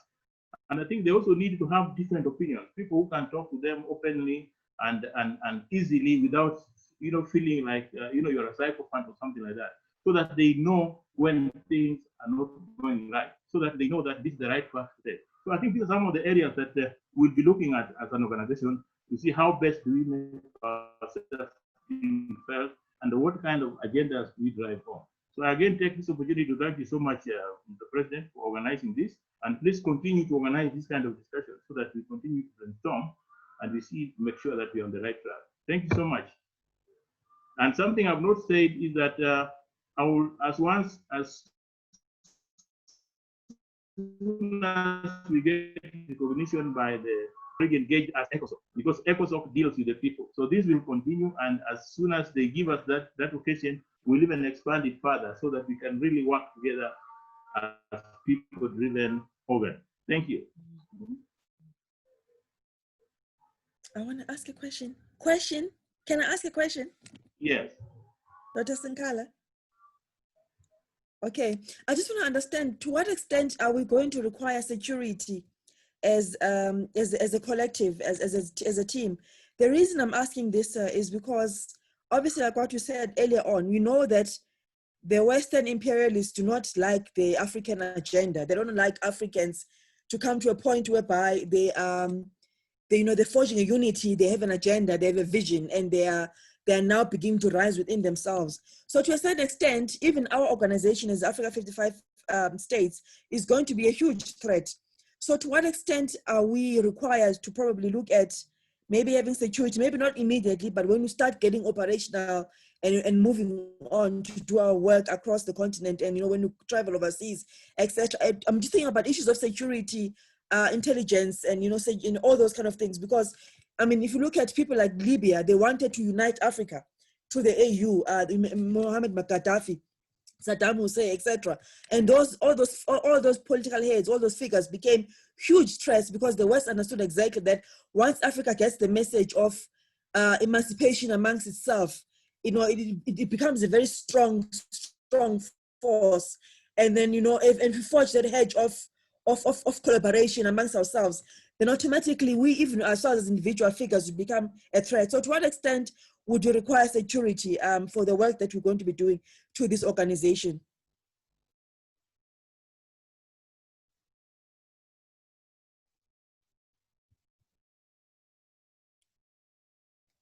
Is Dr. Sinkala still there? Let's get use of this technology. I'm used of public speaking, seeing people and shaking hands and drinking coffee. This, I'm just doing this the past 3 months because of the COVID, but I'll catch up. So what I was saying is, thank you very much for that point, Kosazana. That is a very critical point. I can amplify what my sister Ratiro mentioned there, that this is a huge thing. So this meeting was just about our structure and our involvement and what disciplines can we take so for us to be functional. Our next meeting, we're going to have to go now into details on how things is going to be working in terms of operations, and you must remember that many organizations, like I mentioned earlier, a lot of people has been killed for talking the truth. How do we safeguard this idea by telling even the enemy that this is what we are working on, and also the enemy will come to us to start working together with us. They will see us that we are not a threat. See how the policies in terms of affirmative action has been in South Africa, where they say the Boers must be taken out, must be killed, or all this type of thing in sort of reverse racism. Also, they started fighting back. We're not going to do that because that creates a security risk, you know. And of course, when you go to international borders or meetings, we always have to look at that security because it's very important. You know, so that's why you see that politicians and those in AU, the security is of utmost importance. You know, when you are going to a meeting, you must sweep the place first. You know, sweeping the place is where you inform the law enforcement officers who are within the area. We are having a meeting here. Please second us a policeman or whatever. But all those things we have to talk into details. But besides that, there is a submission from our brother Kwame here, who mentioned that also as we are meeting on these platforms, can we see a platform which is secure, that this information which we are talking about is kept sacred within a certain demography. Hence, he submitted that we will have to go to Telegram. I don't know if most of us here know the app called Telegram. Telegram is quite very good information. It does not keep information when you are posted there. It deletes, and when you call there, it refreshes, and again it brings back that information. So the information does not be kept somewhere into a certain crowd. So some of those things, I think we have to be very seriously, you know, because I want us to achieve this ideology. I want us to start something that this will stand a test of time. Yes, it will fight other forces, but we need to be very strategic. We need to be ahead of them for us to beat them. On that point, ladies and gentlemen, I would like to close this meeting. I'd like to appreciate for all those of us who came from different sectors and meetings, you know, that they have come to this wonderful opportunity and a meeting of being an African, you know. But before I close there, I've seen a hand there from the chairperson. I do not want to be reprimanded once we are off the air that I did not choose him to speak. Yeah, please. Chairman, thank you. Yes, we are going to be addressed. And if you're a Christian like myself, the devil doesn't like people when people try to do the right thing. So when we're trying to do the right thing different from what we are seeing, definitely there will be threat. But this should not stop us from doing what we want to do, because what we are doing is the right way. And we just need to be careful, because people like some people, you know how government operates. And you know, if you are trying to be a clean person in a society where people are doing things in a different way, automatically they will not like you. But these are some of the challenges that we definitely get used to and find ways of dealing with. That's what I wanted to add, Mr. President. Thank you. No, thank you very much for that contribution. To amplify and add on that, yes, what we must remember, we're not doing something wrong. We're not planning to kill or overthrow any president, or we're not trying to cause any harm. We have come in peace, and what we are doing actually, you're going to see once we start rolling up, because I've already spoken to a few president and ex-president. You must remember our opening launch, I think it was involved with former President Thabo Mbeki. You know, I've spoken to President Thabo Mbeki. He's going to be part of the Presidential Advisory Committee, which will be going through countries. He's going to bat it with the African Renaissance. He's been very spiritual and positive in championing that, but he hasn't had anything to make it active and more viable, so that it is practical. Hence, when I discussed with him about this agenda, he was very happy. He was very happy. So we are not doing something that will be scared. Yes, of course, there will be one or two people who would like to threaten us because we are doing something good, which is human nature. You know, when people started scaling, even in communities, when you start doing nicely, looking beautiful of us ladies buying the wigs and whatever, your neighbors won't be happy that they are eating chicken every day and meat. They want to do something bad to you, but God will be always protect us. You know, I believe in our Creator that if we, as long as we are not doing something bad to people, we are doing something good, will be protected. But ourselves as well will be physically aware and ready. All these techniques and technologies will be coached on how to deal with certain situation. And if an argument, especially for you who is going to be disseminating the information and the communication, you know, there's some point where you're speaking to somebody, you're giving them information, you can see that this they are not taking it, so you agree to disagree to end that confirmation. Otherwise there will be guns and the grenades which is going to be come from there. On that note, you know, we can go on and on and on because this is exciting. And I'm sorry, being your host, I did not even offer you water or coffee, but I think it's due to the impossibility of where we are in different places. But I think in the next meeting, I see Bongani came with a cup of coffee there. Try to make yourself comfortable. Come with a glass of water and the coffee on your side there. Feel free. You know, we want us to feel free as we are participating, and we must have that energy to participate into this agenda. Thank you very much, all, and thank you to your participation. And I'm very happy that all of us, we have agreed, you know, to move forward. And we did not have this, but this, but this, but the United Nations failed for 60. You know, we are all positive and we have hope. We have chosen a hope over adversity and all this negativity, that one day Africa shall be great and Africans will lead themselves and preside as a people to participate, not as people asking for help or living in the poor and slumber communities, but will be the ones who will be dictating from the international world that we don't want this. If you're not drawing up a proper contract of what we want, and we can't meet you halfway. I heard Bongani also mentioned that when they come here, they want to offer us 30%, but it is our land here. They themselves are supposed to take 2%. Actually, they need us more than we need them, you know, because us, we can go to another. If we go to Europe or we go to China, we go to IMF. IMF said they're going to dictate. We said we don't want to. There's many places where we can go. And in fact, Africa 55 states is got a situation that we will no longer be going to IMF. You know, if South Africa is looking for money for infrastructure, whatever, they'll go to Kenya, you know, because Kenya is doing well. They'll go to Kenya, they'll borrow money from Kenya under very good conditions and very good interest rates. If South Africa can't pay, Zimbabwe will come in. Okay, South Africa, we borrow in you this, please assist this. The money will be kept around here. That's the situation which we want to build. And thank you very much, ladies and gentlemen, and have a great afternoon, and God bless you all. Thank you very much. The meeting is adjourned. Thank you. The meeting is adjourned. Thank you.